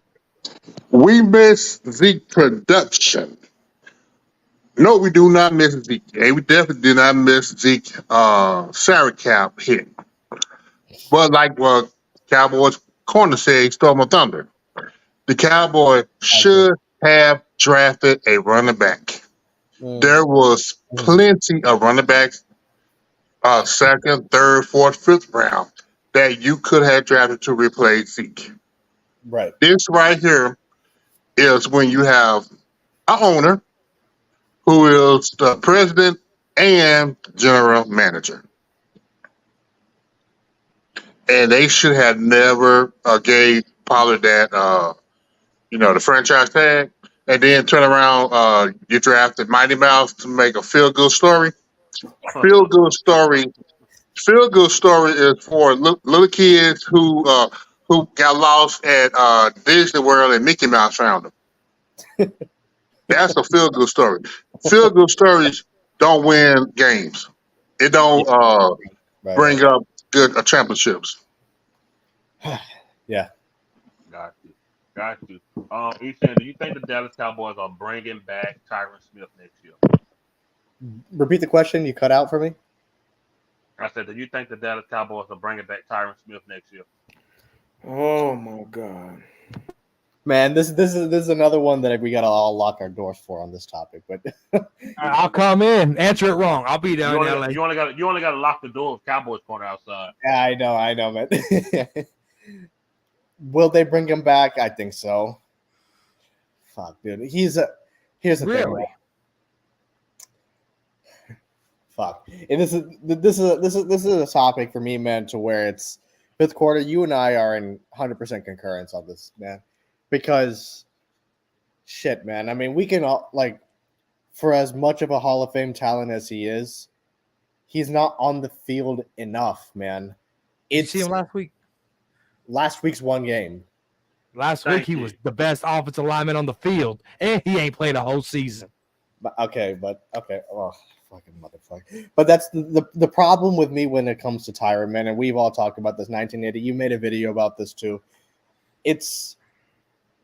We're almost like it's at a point where I feel like we're begging him to play. And when he's playing, he's the best on the field. I'm not disputing that. Right. And there's no disagreement with me on that. But that's the problem. If and when he's on the field, that's the whole problem that I have, that fifth quarter has, that I think even 1980 has. It's to where we're almost hoping and praying that he's able to play.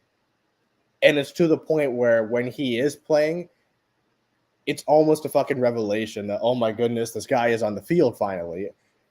So he's a Hall of Fame talent. He still can produce when he's out there, but he's not consistently out there.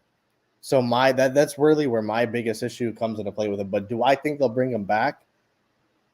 Until proven otherwise, I'm going to say yes as of right now, for the fact that, again, because think about it, right? They're still, I think, holding on to this thing about the second great wall of Dallas. Because otherwise we would have drafted we haven't found a replacement to Travis Frederick. Let's just be honest. Tyron Smith is still a part of that regime of the offensive line. And Jerry Jones is still holding on dearly to that, in my opinion. So I think sentimentally he's going to keep on to him. Do I think it? But I also would say, for the fact that, to that point as well, that we're not drafting guys on, like, traditionally, other than that generation of offensive linemen, I really don't see these guys drafting offensive linemen consistently. So if we were to get rid of him, I really doubt, and again, I hope I'm wrong. I'm with 1980 that I hope I'm wrong about this. But if we were to get rid of Tyron Smith, do we really have confidence that they're actually going to plunge and get somebody at his position? Because to me, I don't believe, until I see it, I cannot believe it when it comes to those kinds of things. Would I like to see him retire? Yes, for the fact that he's not consistently out there on the field. But at the same time, we do not have, I don't see them plunging out there to really want to get somebody at his position to be able to get rid of him. You get what I mean? So, like, do I think they're going to get rid of him next season? Honestly, I mean, I really don't think so. I mean, I would have to really see it to believe it, to be completely honest, because, yeah, that's really where I am. I mean, if they do, and if they get a replacement for him that can build up to him, by all means, I will gladly be wrong about that. But given the trajectory, given the traditionally what these guys do in the draft, and even in these trade block circles and shit, I don't think they will. And I don't think if and when they get rid of him, I don't think they're going to find that adequate replacement, and it's going to be a problem moving forward. So I don't think they're getting rid of him, no, to answer your question, no. All right, this is the final question. I'm going to go to OG. I'm going to start with OG with this one. If the Cowboys were acknowledging that they would give up a first-round pick to get a player from another team for the playoff, what position would you pick? That's a good question. You're giving up a first round pick to go get an elite player for the playoff run. What position would you choose? Man, that's a good question. Ooh. That's a good question. Unmute yourself, OG. Ooh. 1980. Who you pick? I go get a cornerback. I knew that was coming. I knew you was gonna say that. and, Tell me and, why. and let me break it down to you. You go get And a make it the cornerback. short version. You go get a cornerback. The reason I say you go get a cornerback is because Lewis is not your answer right now. When it comes down to that moment where you need a stop, just a 3rd and 7, a 3rd and 10, a 3rd and 12, and you got to get the ball back. You can go down and score to get to the playoffs, or win in the playoffs, or possibly in the Super Bowl. You Is it a have short to get, version? you go you go with somebody that is on his man's ass and there that could at least give you an interception or deflect the ball. That's what you need. I am going secondary. And that's how you win a damn playoff game in the Super Bowl. You got to get your cornerback. If your secondary is not sold up, you ain't going for it. Yeah. You ain't going for it at all. You got to sew your secondary up. So I would drop Lewis and I would give me a very nice corner that's out there right now. Okay. I Number ain't one mad at pick. that because a lot of times when teams need short down, they go to the tight end and they pick on Lewis with the tight end and it hurts us a lot. And Lewis will either grab their and I'm not picking on Lewis now, and I'm not saying that's the position I would do, but I see your point. Why? 1980. If that was you, we was giving up a first round for a playoff run. What position would you go with? Running back. Running Straight back, up and man. down running back. Tell me why though. That's what we need right now. We need a bell cow. We need somebody that can run the ball. We need a 2016 Zeke. We need an Emmitt Smith. We need a Barry Sanders. We need, somebody that can find some holes that aren't there, turn negatives into positives. Your offensive line is the key. I was gonna say offensive line, so I was gonna say tackle, but as long as Tyron Smith is playing, he's good. But when he's not playing, we don't have a replacement for him right now, as of now. So we really struggle when he's not. We really struggle when he's not playing. But when he's playing, we're the line is not great. It's not as good as we need it to be, but they're good enough. You get what I'm saying? So I think with the right running back, with that right running back vision and that lower center of gravity and able to break tackles like Zeke used to be, that style. I'm not saying Zeke. I'm just saying that style of running back. Right. We need an actual running back, not a running back that's built like a receiver or that can only catch sweeps and the hole has to be open for him in order to really gain yardage. No, we need a bell cow, somebody that can run somebody over at times when they don't need a hole, or somebody that can find a hole that's not there, or have the patience to let that hole open up and boom, boom, boom, like Zeke used to be. You get what I'm saying? So we need somebody that's why I say running back this year, running back. Okay. Appreciate you. Cowboys corner. Same thing for you, man. What would your position be? Heading to the playoffs, we trade the first round. What would you do? I would go. Ooh. Right. Yeah, I know. I would go linebacker. Ooh. Tell me why. You got to explain that to me. When your front seven's clicking at all levels, no one can beat you. And right now, Damone Clark hasn't lived up to the expectation with LVE being out. And LVE hasn't really lived up to the expectation either. So if your front seven's clicking, that helps your corners. That gets the ball back to your offense. That gets you to the best third. That gets you to the best third down defense in the league. That front seven, as long as you can get that causes more turnovers. That gives more sacks, more pressures. That helps a guy like Micah Parsons, right? Because because that linebacker is going to be able to cover a tight end. That linebacker is going to be able to protect that slot wide receiver hit in the middle. And if the wide receiver does catch the ball in the middle, lay the boom on him. So I need me a Renato McClain in his prime. That's what I need, and that middle linebacker can make that happen. Okay. And before I get out of here, it is Male Mental Awareness Month for the month of November. Guys, I had a friend pass away last weekend. Oh, no. To suicide.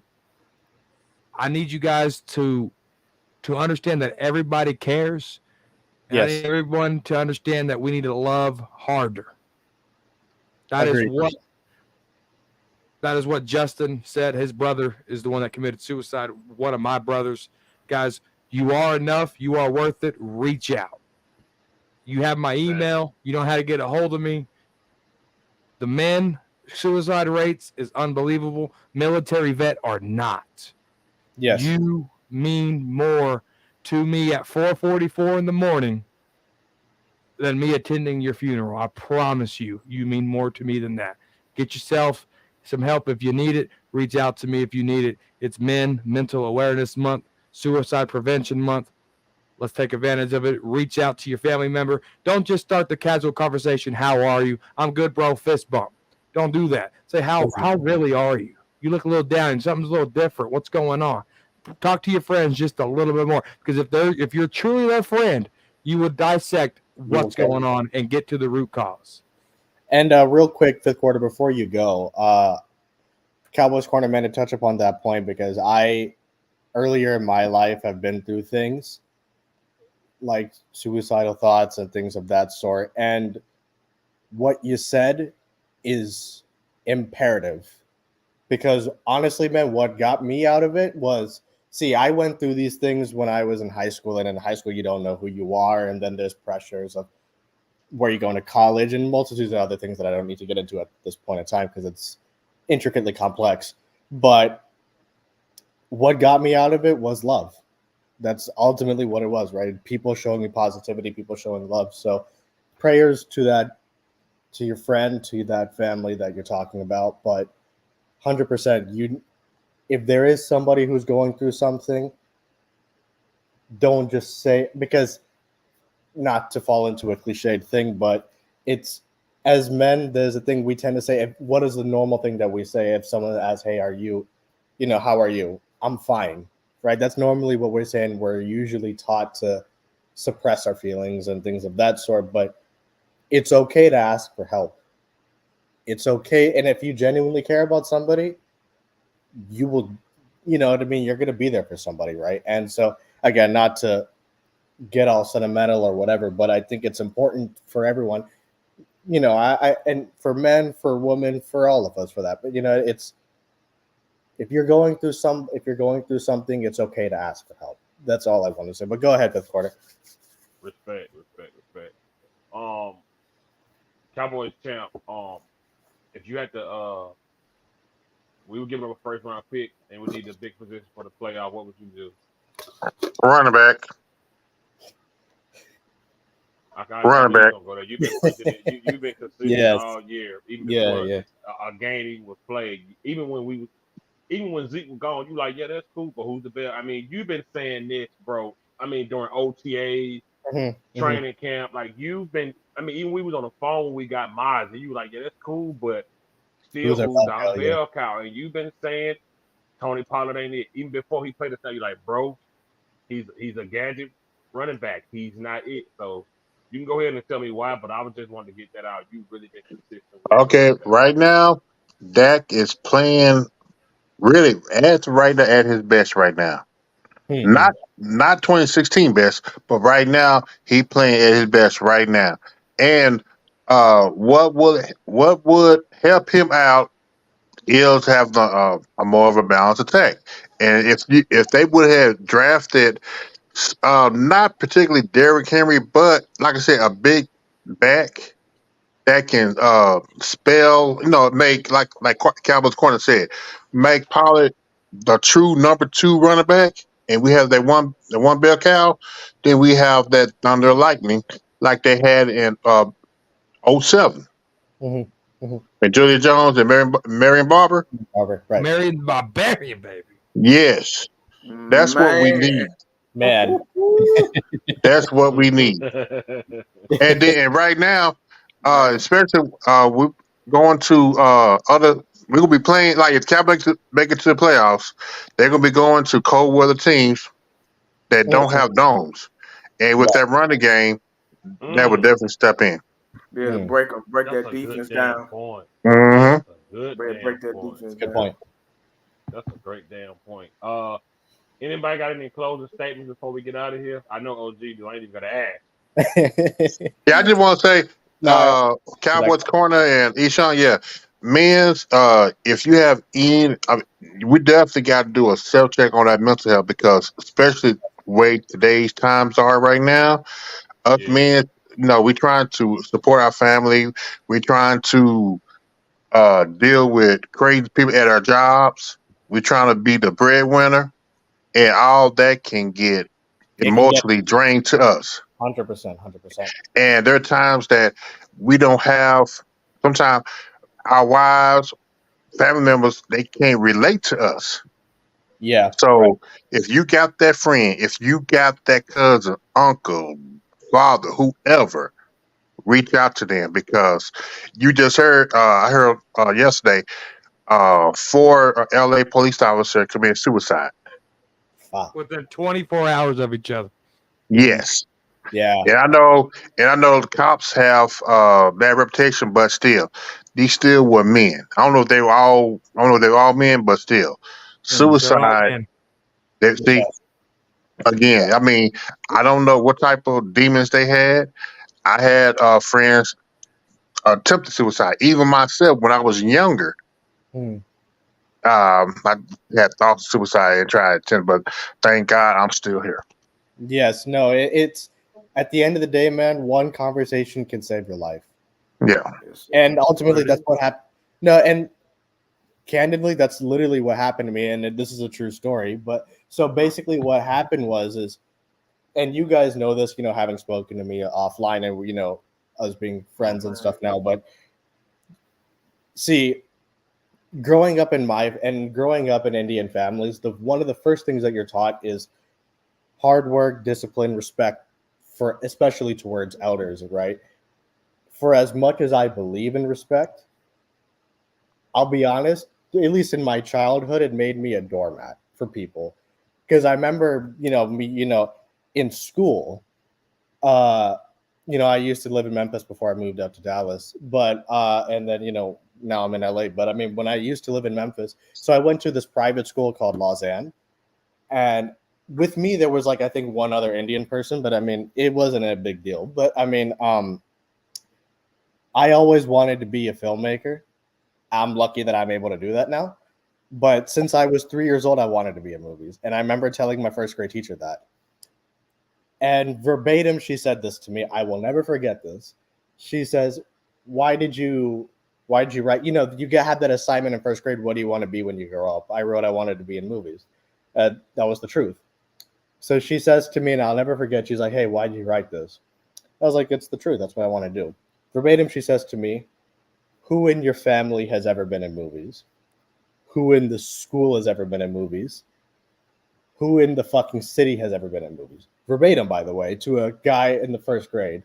What makes you think you can be in movies? And I had a stuttering problem as a kid, and she was like, look at you, your ass can't even talk. Go write something realistic. And I remember, man, I was like, fuck, this is a teacher saying this, of all people. And so that opened up the door for classmates of mine. And I used to get bullied really, really hard. I'm talking like physical abuse and all kinds of other things.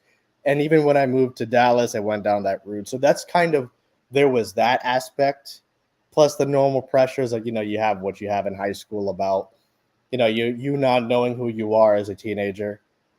And then me growing up in the kind of family that I grew up in, there was at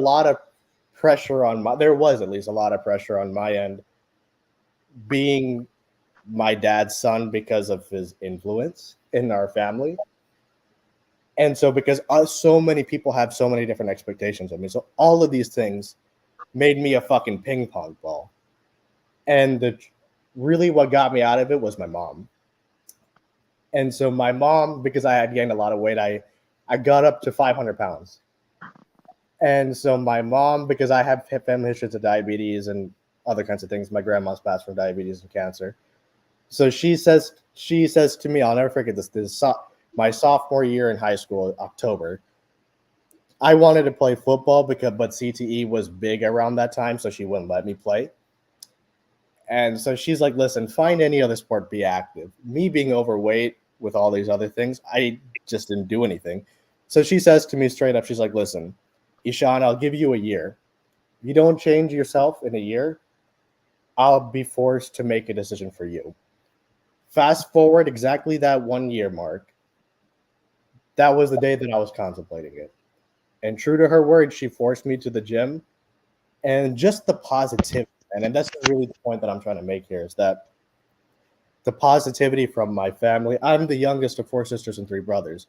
So the positivity from my siblings, from my parents, to my trainer, it completely shifted myself to where you get confidence in yourself, you feel better about yourself whenever you work out, and just the positivity from the people around you. It progressed myself to a point where once I went off to college, I was like, you know what? Fuck what people think. I'm going to pursue film with all my heart and passion. This is what I do. And I'm at a point now where I'm the happiest. I just finished shooting a movie 3 weeks ago, and I'm the happiest I've ever been. And so the point of, I hope my story can tell the people, hey, all you need to have is just, if you know someone who's going through something, just reach out to them. Don't be judgmental. Don't be coming at them with any kind of agenda. Just talk to them as a friend. And believe me, that can go a long way, man. It sure as hell did for me. So, I don't want to get all sentimental and stuff, but I mean, it's important to know, man. I mean, you never know what someone's going through. So if you can be that helping hand, it's better than, like Cowboys Corner said, attending someone's funeral. So trust me, it's important. It's important for sure. So, prayers again to your friend, Cowboys Corner. I mean, all due respect, all due prayers and stuff to him and his family. I hope they can find some sort of solace in this hard time. But yes, definitely talk to your friends, man. It's important. It's important. Appreciate it, G Jones. I appreciate it. Yeah, anybody else got any closing things they want to say? Uh, OG? I wasn't gonna share this, but I guess I'm gonna share this. About 2 years, I'm gonna keep it short. About 2 years ago, I was diagnosed with COVID, and I was in Oh hospital no. for 10 days. And I had everybody praying for me to make it out of there, and it was the hardest 10 days of my life. So Mm, I was in there trying to get fluid out of my lungs, and almost didn't make it out. But the grace wow. of God, brought me out of there. And just a lot of praying, a lot of Yeah. support, from family and friends and things like that. It was one of the scary days of my life. It was 10 days. I just prayed to God that He would get me out of there. I would lay on my Yeah. back. I Yeah. would lay on my stomach for many, many, many, many of hours trying to get that fluid out of my lungs, Yeah. that pneumonia out of my lungs, and then I just sat up in the bed. I said, God, am I gonna make it out of here? And so I got a vision. I don't know where it came from. Either I was asleep or in the bedroom, in the room, because it kept bugging me overnight. Always coming in the bedroom. It coming in the room, the room all the time. Hey, you doing okay? You Mm, need anything? I could never get no damn sleep, and so I think that contributed to a lot of my anxiety of getting out of there, getting help. So I got to the point that I started getting blood shots in my eyes, my pupils, things like that. And then finally, God said, "Okay, we're gonna make it out of here." And then my mom pushed me out the hospital, and yeah, so I walked out of there. No, I didn't walk out of there. I'm sorry, I didn't walk out of there. They rolled me out of there with oxygen tank, and it took me 2 weeks to recover. And a lot of prayers, a lot of talking on the phone, just a lot of, just a lot of thinking to myself. And I just wanted to, whoever I could, that's why I'm up. It's a blessing to have each day right now. It's just a Yeah. blessing for me Yeah. to talk to you guys and to talk to other people and see other people and see the chats and then see football again and to see my Yeah. wife and to see, Yes. and to see, my family down in Mississippi, to see all my folks, and talk to them and give them hell and then be nice to them and praise them. Yeah. And that's why if anybody's out there, I always lift them up, Yeah. because you're not promised every day right now. Yeah. You're not, everybody has a time, so um if anybody's out there struggling with any kind of conversation, any kind of prayer that they need in their heart, and they want old school to pray for them, I'm there for you, because I'm heavily spiritual. But just to see what I went through, anybody can, anybody with trying times can get themselves, what in a position to praise God or praise whoever you need to build yourself up and the person that needs that help. Even a text, I love you, hey, I hope your day's going well. A family member or, a brother or sister, or a long lost friend, even a homeless guy on the street, I hand him $1 or two, just to say whatever you give back, you'll give back twice. That's what the Bible says. So it's just an honor to be alive right now and to and to praise the praise of God, and just to be around you guys and to talk football. It's a Yeah. good feeling. No, 100% it That's is. what I want to end with. Love you guys. 100% it is, man. Anybody else got anything to say before we get out of here? Nothing. Just let's go beat these fucking Giants, man. Right. Oh yeah. One more thing. Night 80. Thanks for coming on, bro. Of course, I love whenever Thanks, Eddie. you come on, man. It's Oh always yeah, fun. man. Yes, sir. We're Thank Y'all, y'all. the true cowboy huddle. Oh yes, yes, yes. yeah, Yes, we're gonna get out of sir. here, It's a man. We blessing. appreciate y'all rocking with us tonight, y'all. Appreciate everyone in the comment I section. think Eddie, you got something to say before you go? Nah, man. Said my final piece. 1980. No, I just bless everybody, man. I know everybody's going through some things at times, and as long as you got the Lord on your side, man, you'll be fine.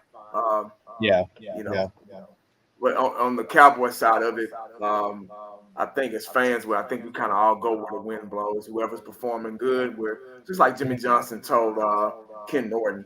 He said, "I love you when you're making plays. I don't love you when you're not making tackles and making plays for yeah. me. I don't love you anymore." So Right, I right, think right, where right. we're at, with Dak Prescott and the Michael Parsons, and I've made videos about Dak Prescott, how I'm so disappointed in him. I know he can do better. And now he's doing better. I'm like, oh, he's playing good. So as fans, that's just how we are, man. We're going wherever the wind blows. Whoever's performing, that's football. That's sports. When you're performing, you get noticed. When you're getting the ball upfield, there's nothing wrong with the play calling. But when you're losing and you're not getting the ball upfield, the play calling sucks. So we just go where the wind blows, guys. But that's Yeah. all I got, man. I appreciate y'all having me on. For sure. Hope Salute to everything be good, everybody, Eddie. man. Y'all have a good night. All right, guys, take it easy, man.